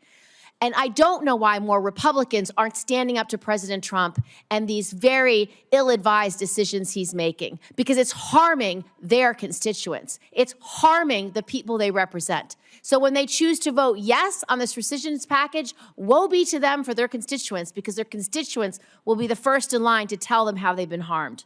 So I'm going to ask you for just a few pieces of area where this rescission package is going to be deeply, deeply felt. Let's look at national security.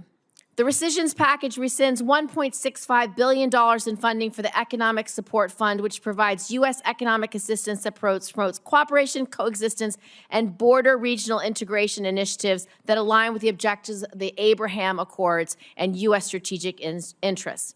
Given U.S. strategic and global interests in this region, how do you assess the impact of these cuts on the stability of Israel's neighbor and the broader Abraham Accords framework? It will have no impact on the Abraham Accords. It will have no impact on Israel. It will have an impact on $4 million for sedentary migrants in Colombia, $300,000 for an NGO to hold a pride parade in Lesotho, $3 million for Iraqi Sesame Street, on and on, with that particular rescission that you were referring to.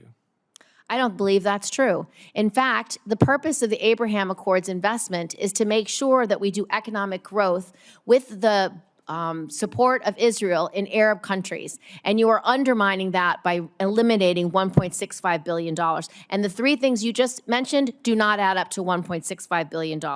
Let's look at global assistance and development. The proposed rescission package will cut economic development assistance and funding for multiple accounts. How does gutting these programs enhance American influence, beat back Chinese influence, the Belt and Road Initiative that projects their power worldwide, and ensure that Americans win hearts and minds globally? Well, Senator, we just covered economic assistance. Let's cover development assistance. $6.2 million to address the needs of Venezuelan migrants in Colombia, $6 million for net zero cities in Mexico, $4.4 million for low emissions energy in Vietnam. Again, with every single one of these So when you're not investing in energy in Vietnam, do you know who does? Russia. Russia has its agents all across Vietnam. You know who else? China. So when they project their power worldwide, it makes us less safe. Let's do biosurveillance and global health. The senator's time has expired. Thank you, Madam Chairwoman. I will submit these questions for the record. Thank you.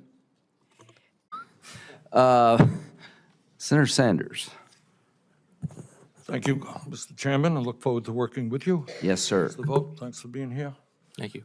Mr. Vought, we are living in a moment in American history where at a time when 60% of our people are living paycheck to paycheck, we have more income and wealth inequality than we've ever had. Three multi-billionaires own more wealth than the bottom half of American society. People are struggling to put food on the table. Very rich are getting much richer.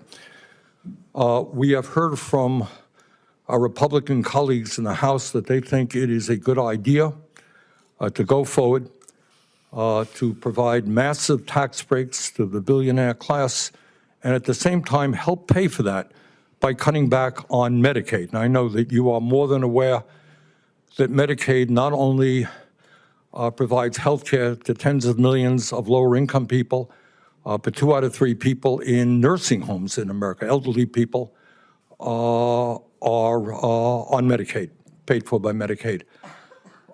You are going to be an advisor to the president if you are approved. Will you tell the president that it is immoral, that it is wrong to cut Medicaid, cut health care for low-income Americans, for children, and for the elderly, and give tax breaks to the very richest people in our society? Is that something we can count on you to do? Senator, one of the problems, and I appreciate the questions, one of the problems that we have in the Medicaid problem is the extent to which, instead of being a program for the poor, it's alone, and the extent to which it's meant for nursing homes and things of that nature. We have able-bodied working adults on the program that are benefiting from a higher match rate than the populations that it was originally designed for. And as a result of that expanded match, you also have states kind of chasing that match in other ways that have made it so that they're not looking at improper payments. All right. You're going into I don't have a lot of time. You're going into another area, and that is a healthcare system in general.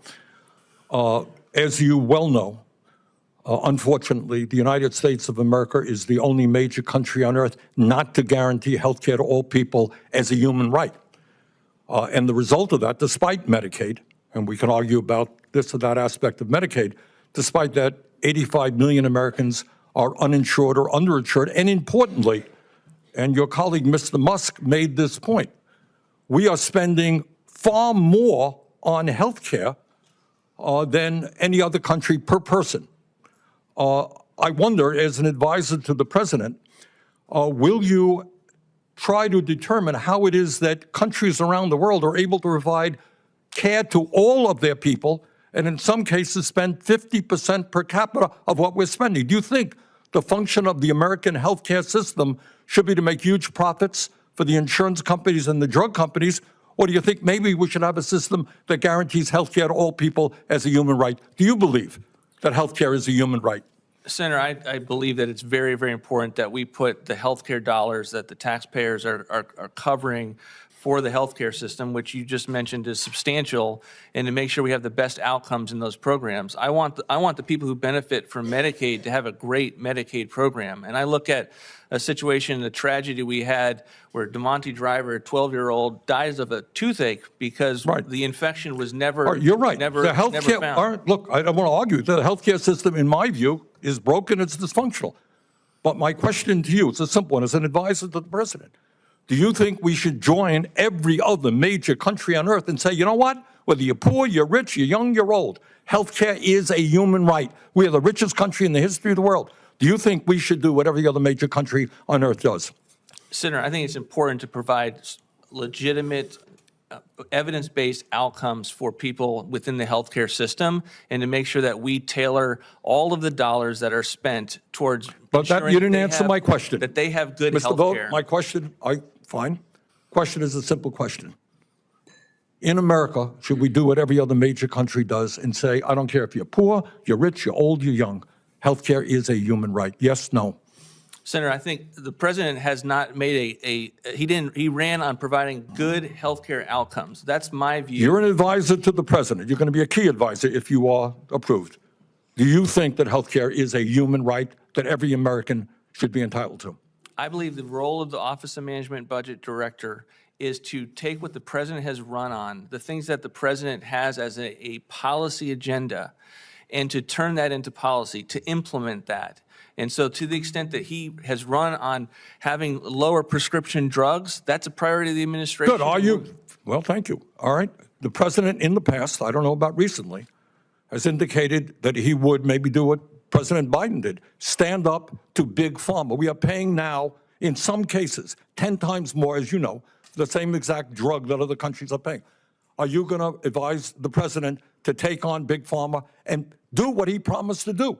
And that is have Americans not pay a nickel more than other countries for prescription drugs. Will you advise him to do that? Senator, the president has not made an announcement since he's been in office, but he certainly ran on this issue. There was a speech with regard to making sure that we were getting the same types of arrangements that the other countries were, given the amount that we were investing in it. But he also, Senator, wants to do it in a careful way, so that we are not ruining the phenomena and the industry that allows us to have life-saving I got it. I do understand that, and I don't disagree with that. Drugs. We want innovation. But will you maintain what we fought very hard to do what every other country does, have Medicare negotiate prescription drug prices with the industry? No, Senator, I'm not here to get in front of the president on any of his policies, other than to say that this has been a priority for him, and I think your question reflects that it's been a priority of his. I've overextended my time. Thank you, Mr. Chairman. Thank you, Mr. Vought, for coming. Did you want to?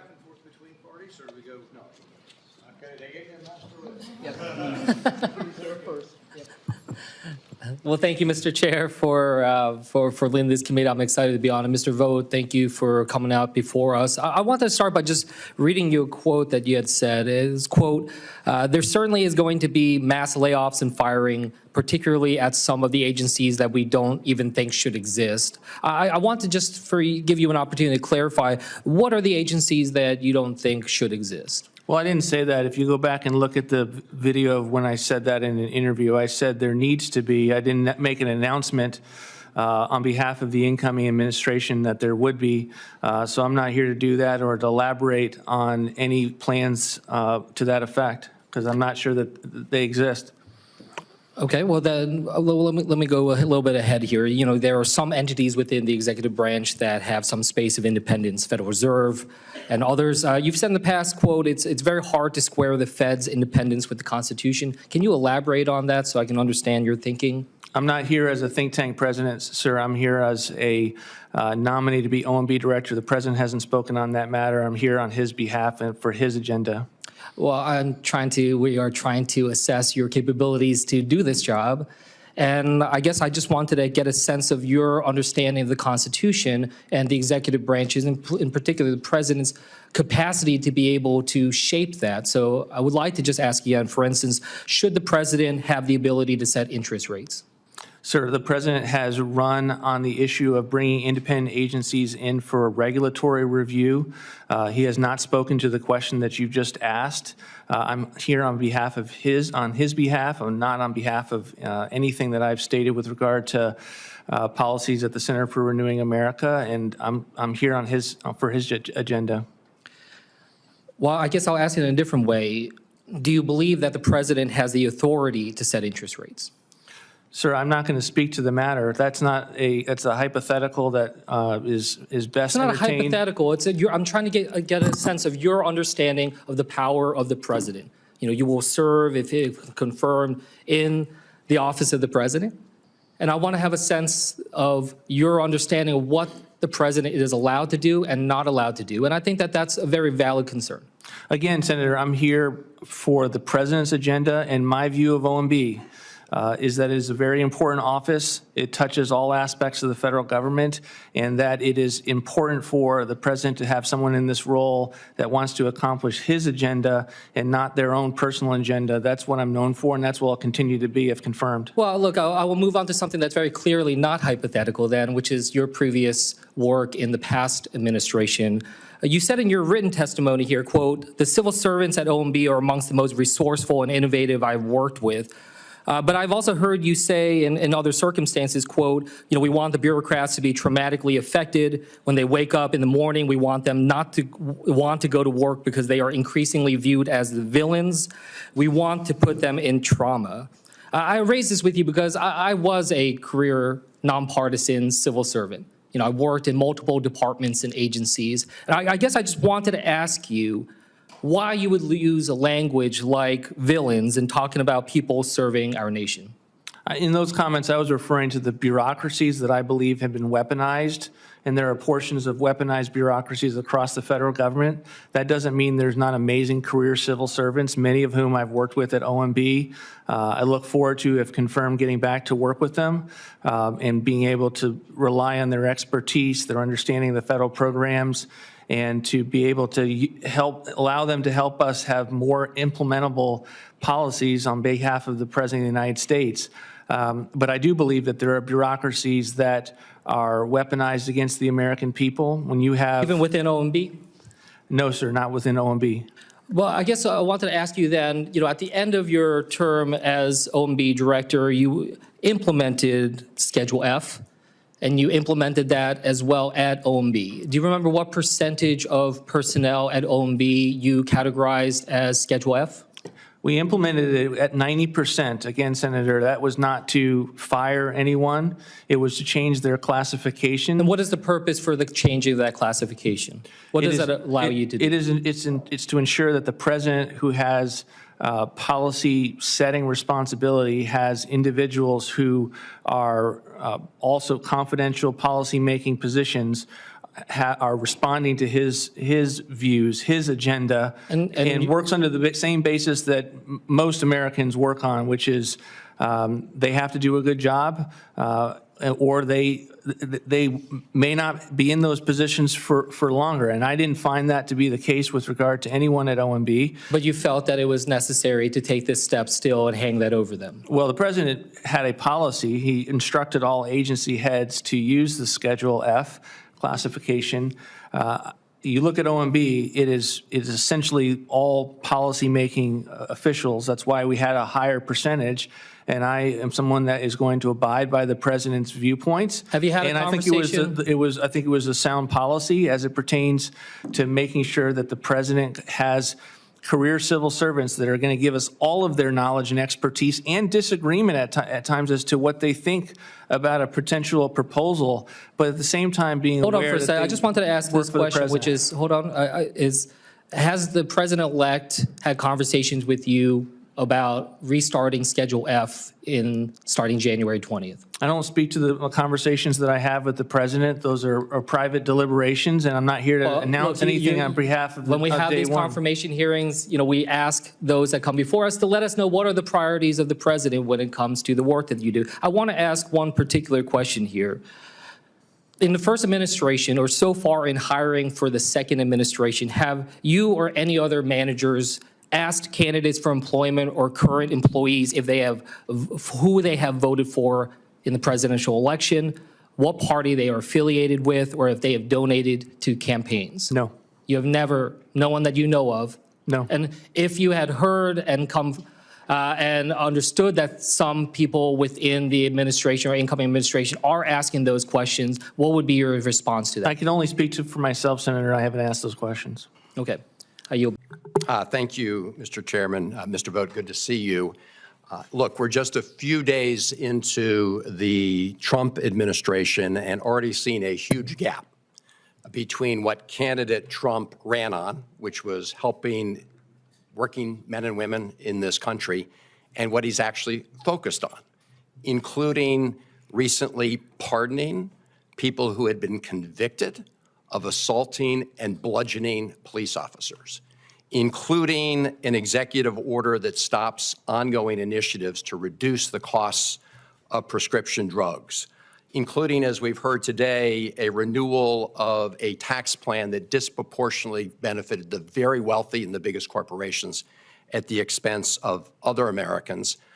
As we saw on the dais during the swearing in, the golden age for America will be great for the billionaire tech titans who had seats better than those of the incoming cabinet officers. So President Trump was very clear that he's going to govern in a way that was different than candidate Trump. You're going to play a very instrumental role in this administration if confirmed, and I believe that the best way to sort of judge or guess what the future looks like in terms of your conduct is to look at the past. And in December 2019, I wrote to the GAO asking them if OMB, you, the previous Trump administration, had violated the Impoundment Control Act by withholding funds from Ukraine. And in January, I got the response back, and their conclusion was yes, that you had violated the Impoundment Control Act. Mr. Chairman, I ask unanimous consent that the letter I received from GAO be entered into the record. Without objection. Now, I listened very carefully to the exchange you had with Senator Murray, and you had a very clear opportunity to say, yes, you will comply with the Impoundment Control Act. I didn't hear you say that, so just to give you another chance, will you comply with the Impoundment Control Act? Senator, the president ran against the Impoundment Control Act. This is, Mr. Vought, I know what the president did. He wants to change lots of things. He can submit legislation to do that. But you are going to be the head of OMB, and here today at this hearing, you're refusing to commit to comply with the Impoundment Control Act. Is that right? Are you refusing to commit to complying? Senator, the administration has to go through a policy process to understand the legal parameters for operating in the ICA. Okay, I'm going to reclaim my time. I'm sorry. I was just, it seems that complying with the current law, even if you disagree with it, would result in a clear answer, yes, I will comply with the current law, including the Impoundment Control Act. Let me turn to DOGE. All of us support greater government efficiency. I'd like to see it in many different agencies, including the Pentagon, which is the one agency which has continued to fail audits. Now, Elon Musk is going to head up DOGE.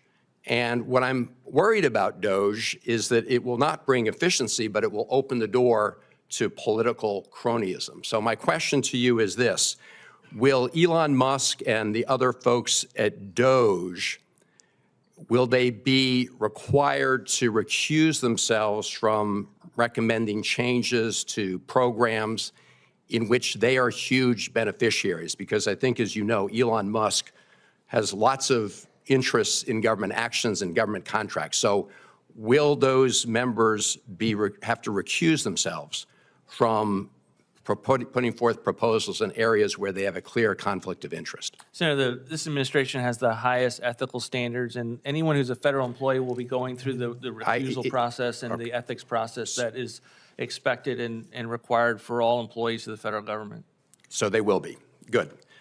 Now, I just want to pick up on the quote that Senator Kaine, Senator Warner mentioned about traumatically inflicting, trauma on federal employees. Is this an opportunity for you to retract that statement and apologize to those civil servants? Do you want to use this opportunity to do that? Senator, as I've said before, I was referring specifically to weaponized bureaucracies that are aimed against the American people themselves, and the president that was their boss, the person that was put in charge of that. I've looked at the transcript. It was much broader than that. It wasn't just focused on those individuals. I will say, on Schedule F, and this is my last question, because there are lots of concerns that this will be used to convert a merit-based civil service, which we have today, into one based on political cronyism. So if you were successful at going through with Schedule F and you decided to fire an individual, would they continue to have the due process rights that merit-based civil servants have? Senator, Schedule F is not a tool to fire individuals. It is something that is so that the president gets people who are policy-based, confidential staffers that are still merit, are still career, they are still in Mr. Vought, I'm sorry, Democrat and but my Republican question was, if you choose to fire somebody, are you firing them at will, or will they have the due process rights that currently apply to merit-based civil servants to avoid having them fired for political reasons? Senator, Schedule F is a different classification. It is meant to ensure that the administration, the president, has people who are working for him that are actually going to do the policies that he ran on, that he's articulating. We think that's an important fundamental principle, and it does not mean that we have any intent to use that to fire career civil servants. I worked with them. I value the work that they do. I hope that the same people there that was working for, I had one person that was there from Jimmy Carter. I actually had a person there from LBJ. I love the fact that the career individuals from OMB bring with them that expertise to be able to advise us on our policies. It is not a desire to just fire anyone that has that classification. I understand, but Mr. Chairman, let the record show, I asked simply whether those individuals, when they're fired, would have any due process rights as they currently have in the merit-based civil service. And the answer, I was not given an answer. Well, as I understood it, you're not firing anybody. You're just saying if you're going to be in this job, you need to be like moving the direction the president's going. But if you do fire somebody, yeah. But if you do fire someone in one of these jobs, Sure, yeah. then does that person have any due process rights? I just don't think there's a right to a particular job in the government is what we're all saying. No, the question is a right to due process and not being fired for political reasons. Senator Marina. Senator Warner. Thank you, Mr. Chairman. Mr. Vought, it's good to see you. You know, these hearings are important. I kind of view them as a job interview. I got to tell you, though, kind of curious about your background. 12 years on the Hill, government bureaucrat, right-wing think tank. Seems to me you're a total product of what MAGA folks call the swamp. I'm not sure how that swamp expertise is going to help you in this job. I'm a little different than most folks here. I actually run a business, met a payroll, managed an operation. You've had no private sector experience. And I look then at what you've said from just the management standpoint, it seems like what you want to do is how many federal workers can you get to quit? How many federal work offices can you go out and relocate? And I got to tell you, your words, quote, we want the bureaucrats to be traumatically affected because they are increasingly viewed as villains. We want to put them in trauma. I got to tell you, you want to be OMB and help oversee this workforce, and you want to put the workforce in trauma? Sir, that would be management malpractice. I appreciate the fact of what you've done in the past. Let's look at your record. It's an interview. 2019, you helped move the BLM out. 170% increase in vacancies at the BLM. GAO, the folks supposed to be independent, said that move dramatically impaired its ability to serve the American people. Another failure that some of us pointed out. Last time you said, let's move part of the Department of Agriculture out. 2 bureaus. Led to 40% and 60% reduction in effectiveness. Then we get to your Magnus. At least I'll give you credit for putting it down in writing. Project 2025 and that handbook. Sir, I do appreciate the fact, one of the things you said, which was you think it's important for the federal government to keep our nation safe. Probably the most important thing I've done in this job is my work with the intelligence community. And chair and vice chair now. We got thousands of men and women who work in the intelligence community without a lot of fanfare. You realize, of course, I hope, that to become a CIA agent, it takes about a year to get a security clearance. You aware of that? Yes, Senator. All right, so in your Project 25, Magnus, you put forward the idea that somehow breaking up the CIA and moving it around the country would make our nation more safe?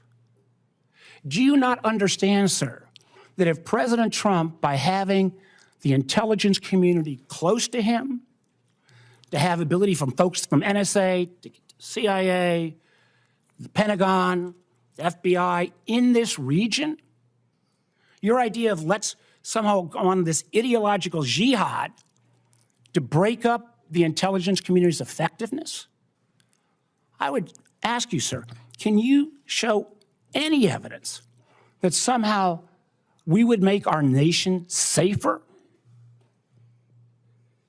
if you put your political litmus test and this idea of bringing trauma to the federal workforce by taking the intelligence community, which has been supported on a bipartisan basis year in and year out, and somehow breaking it up and spreading it hither and yon just for a political purpose?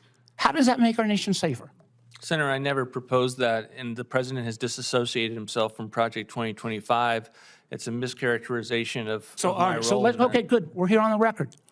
You're going to commit to make sure that, I would argue you have to make a business case before you start breaking up the government. I'm all for effectiveness. But you're going to be willing here to commit not to undermine our national intelligence community by arbitrarily trying to break them up and spread them around just because you want to blow up the federal workforce in this region? Yes, Senator. There's no policy process that the Trump administration had done that's producing arbitrary results. And let me speak to the question that you raised with regard to my comments about the bureaucracy. They were specifically in reference to the weaponized bureaucracy that we've seen certainly at the DOJ. And so you are the arbiter of who's weaponized and who's not? You get, again, I hope my colleagues will raise, I think, your completely irresponsible actions on so-called Schedule F. We put a civil service in place. But I urge you, sir, if you become in this position, think long and hard about the men and women of the national security and the intelligence community before you go on some political jihad of trying to score points by simply trying to break up an operation that actually functions better because of their close collaboration. And your comments about the federal workforce, I find disqualifying on this basis. Thank you, Mr. Chairman. You hawkish guy. With that, Senator Merkley. Thank you very much, Mr. Chairman. And on day one, President Trump issued an executive order that requires agencies to pause the disbursement of funds that were authorized, Inflation Reduction Act and the Infrastructure Investment and Jobs Act. There is a legal mechanism for changing past law. It's called a rescission. And there's an illegal way. It's called an impoundment. Will you send a rescission message to Congress, or will you use the illegal impoundment strategy? Senator, thanks for the question. Those EOs were, again, pauses to ensure that the funding that is in place is consistent and moves in a direction along the lines of what the president ran on, unleashing American energy away from the Green New Deal. The Rescissions or impoundments? Which strategy will you use? That's a simple question. There's a section in those EOs that says that the Office of Legislative Affairs will work with the Office of Management and Budget. They may put forward rescissions, but again, the language of the EO says required by law, and it's meant to do a programmatic delay to figure out what are the best ways to make sure that the funding is shifted. Thank you. I'll just note that you are not willing to say that you will use rescissions, the legal method, rather than the illegal method. That is a big concern for all of us here, because the Constitution laid out the vision that Congress makes the law, not the president. So the fact that you continue to advocate for this impoundment strategy, that is completely in violation of our Constitution, and I'm deeply disturbed that you will not renounce that today. So let's turn to work requirements. You've been a big advocate of work requirements. You encourage states to adopt waivers that would allow them to do that for Medicaid. One state tried it, Arkansas. It produced no increase in the hours worked, no increase in employment. It failed. Why did it fail? Because the way that people are able to work is when they're healthy. When they can't access health care because you want to cut it off, they're really trapped in poverty. And trapping people in poverty is really, well, not helpful. Now that your idea failed so miserably, are you going to advocate for it again? You know, Senator, one of the major legislations that our side has been very proud of since the 1990s was the impact of welfare reform in the 1990s. It led to caseload reductions, people getting off of welfare, going back into the workforce. And we think that type of thinking should be applied to other federal programs, and it's informed not only Medicaid, but other programs to be able to encourage people to get back into the workforce, increase labor force participation, and give people, again, the dignity of work. And you believe cutting off health care encourages people to work when they need to get better health in order to work? It doesn't make any sense. Again, Senator, and it's been a failed experiment, but you've answered the question. You're still an advocate of that failed approach that traps people in poverty and is quite disturbing. Now, according to the Treasury Department analysis produced this month, the Trump tax giveaways would give an average tax cut of $314,000 to the richest Americans, the top 0.1%, and $6 annually to the average member of the bottom 10%. A cup of coffee for those trying to get on their feet in the course of a year, and $300,000 in additional income for the richest Americans. Isn't this kind of ass backwards? Senator, the president's tax cuts provided tax cuts for all Americans. It had a sizable increase in the child tax credit. It had expansion of the standard deduction. It was something that benefited all Americans, and as a result led to a strong economy that we hope to replicate again by having an extension of those important tax cuts. So you're very comfortable with a cup of coffee per year for the bottom 10% while you give $300,000 to the richest Americans, according to the Treasury Department analysis? Look, there are people at the higher end who are in charge of small businesses that are taking great risks to innovate and hire additional people that are not in their tax bracket, and that's part of the way that you structure economic growth. My final question, because I'm running out of time. At your think tank in 2023, you proposed $3.6 trillion in tax giveaways, primarily going to the richest Americans. And to make the numbers work, you assume that your giveaway would produce the magic asterisk. You're probably familiar with the magic asterisk. Magic asterisk is saying, don't worry, be happy, the economy will improve because we give away the treasury to the richest Americans and more revenue will come in. It's failed every single time. It's been put forward. Not a single analysis has confirmed it, and not from any serious analysis from CBO, the Congressional Budget Office, not from the Joint Committee on Taxation. And yet, are you still a believer in the magic asterisk? Senator, I'm a believer in dynamic growth for sure, that when you cut taxes, it actually has a dynamic impact on the economy. And we see that with revenues continuing to go up after all of the tax cuts that we've seen in history, 1920s, 1960s, 1980s, both of the Bush tax cuts and including and then the Trump tax cuts. We've seen a dynamic impact on the economy. Your facts are wrong, but we'll continue the discussion, I'm sure. During the first Trump term before COVID, wasn't African-American Hispanic household incomes at their highest? Yes, Senator. Thank you. Senator Grassley. Senator Ossoff. Thank you, Madam Chair. Welcome, Mr. Vogt. A lot of mistakes getting made in federal personnel management. Hundreds of National Nuclear Security Administration employees, those are the folks, as I think you know, who safeguard America's fissile material, fired. You had to scramble to hire them back for obvious reasons. That was a mistake, right? Senator, I'm here on behalf of a rescissions package. Well, you're here to answer questions that senators want to ask you. It was a mistake to fire hundreds of people responsible for the safety of America's nuclear stockpile, and a mistake that you had to remedy by scrambling to rehire them. It's okay to acknowledge mistakes, Mr. Vogt. I think those questions are better posed to the agency heads that But made I'm posing decisions. it to you, Mr. Vogt. Again, Was it a I'm here to mistake? I'm here to testify on the decisions that I've been a part of and to send. You're the budget director. The rescissions package. You're the that- budget director. Was it a mistake to fire hundreds of people responsible for safeguarding America's nuclear stockpile? It was, because the administration had to scramble to rehire them, right? It was a mistake. Senator, the You fixed it. administration went through a very extensive Department of Government Efficiency process that was very dynamic.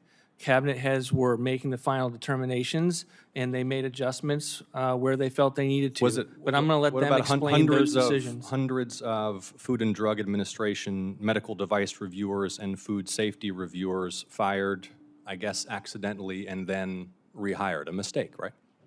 I'm going to let the cabinet secretaries explain the decisions and what was going on. I don't have the information to give you a sense of the granularity of every one of those decisions. Were you not aware, for example, until this hearing, that the nuclear safety workforce had been gutted and then that decision had to be reversed? Is this the first you're hearing about that? Senator, I'm aware of many things and the extent to which the Asking if you- Department this- of this Government isn't- Efficiency it's not- was involved with a lot of work to make sure that we were operating government as efficiently as is possible. Okay. You know what And would be the extent to what which would be very simple is just, yes, that was a mistake to fire hundreds of people responsible for safeguarding America's nuclear stockpile. Take credit for fixing the mistake. Hundreds of National Weather Service employees fired, scrambling to rehire them. It's a mistake. I met, Mr. Vogt, a gentleman in Georgia about a month and a half ago whose son is an astrophysicist, recently trained by an elite U.S. university. I mean, these are the folks that we really need serving the American people, who had just been hired by the federal government and was summarily terminated, not on the basis of any individualized determination about his performance, but simply because he was a probationary employee who is now working in Beijing. You guys are making mistakes, and I want to focus on the mistakes that you're making at the CDC. Have you visited the CDC, Mr. Vogt, by chance? I have not. It is the flagship epidemiological and public health agency for the country and indeed for the world. That even the as you Biden know. administration felt the And need to you have reform. now fired or tried to fire nearly a quarter of the workforce, correct? Senator, are you suggesting the CDC performed well in the last pandemic?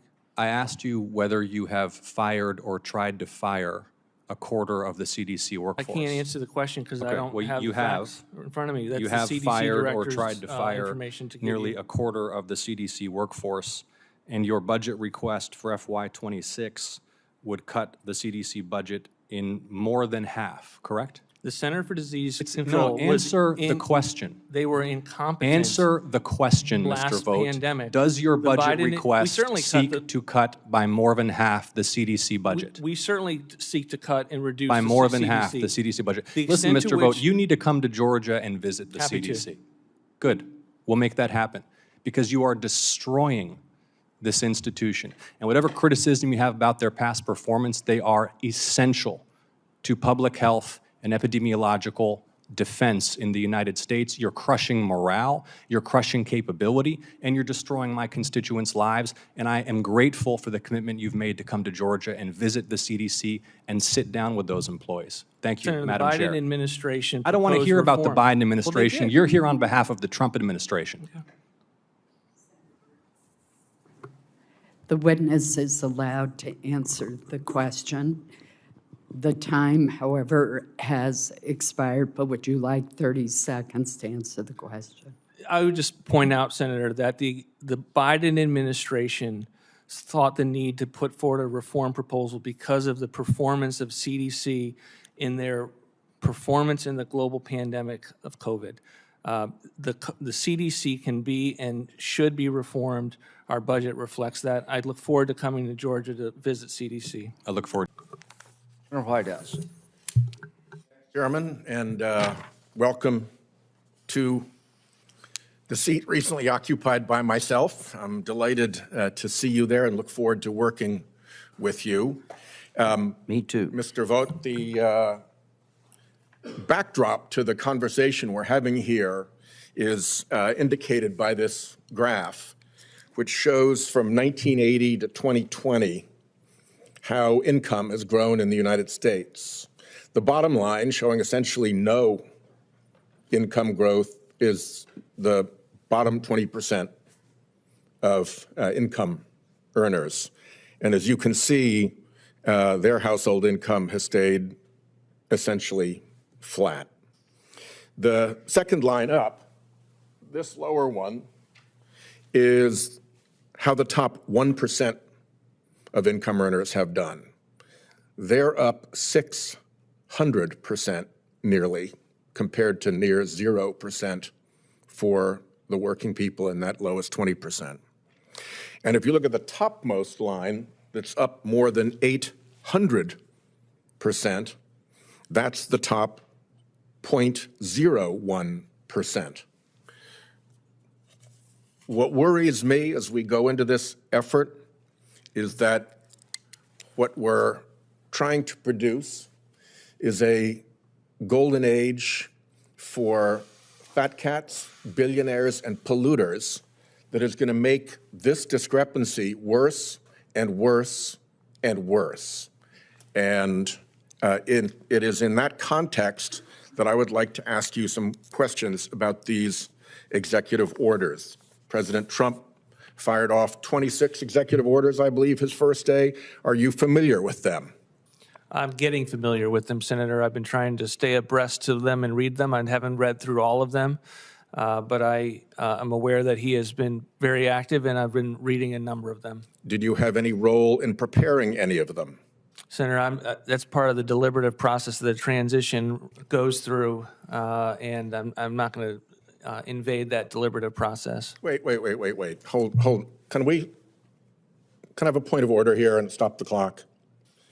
I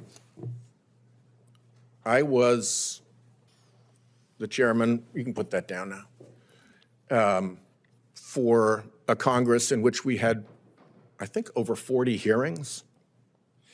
And in those hearings, never once did I tell a Republican colleague what questions they could or could not ask.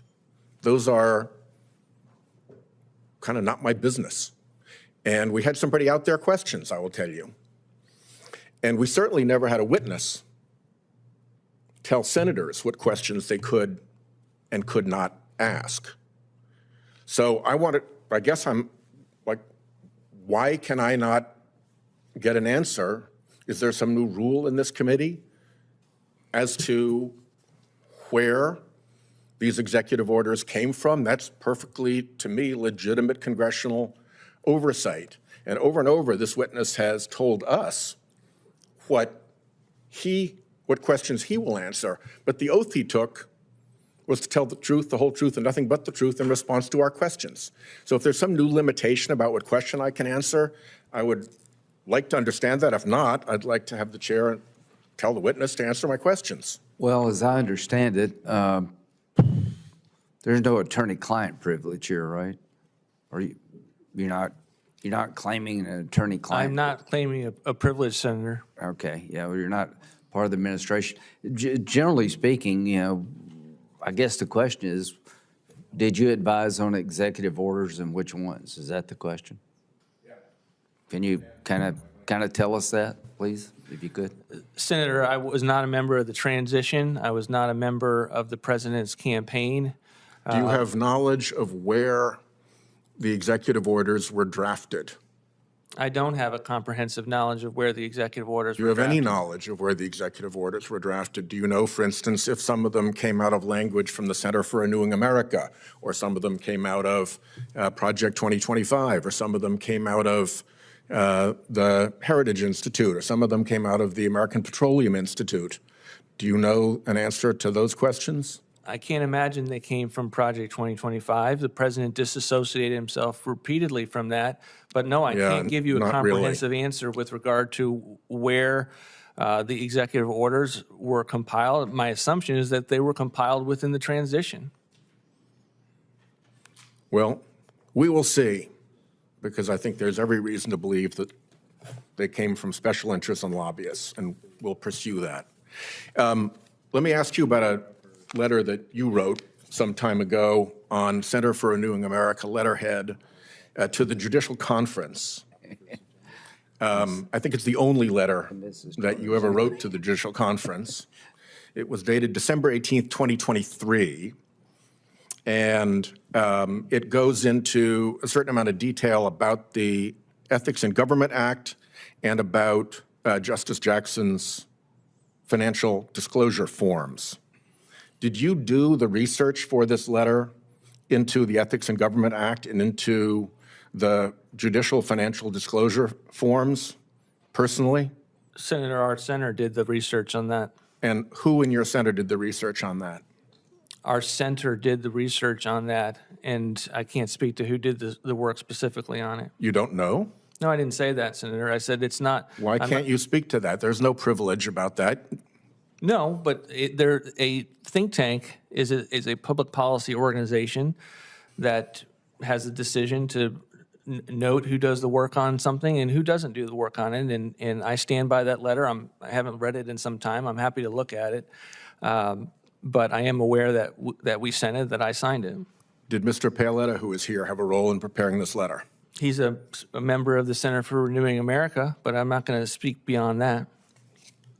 Here we go again, Mr. Chairman. I'm not going to speak. I'm not going to answer questions. What else? My He time is said up. he stands by the letter. It's his letter. I don't That's care not the what- question. Yeah, well, he just said That's it. not the question. My time is up.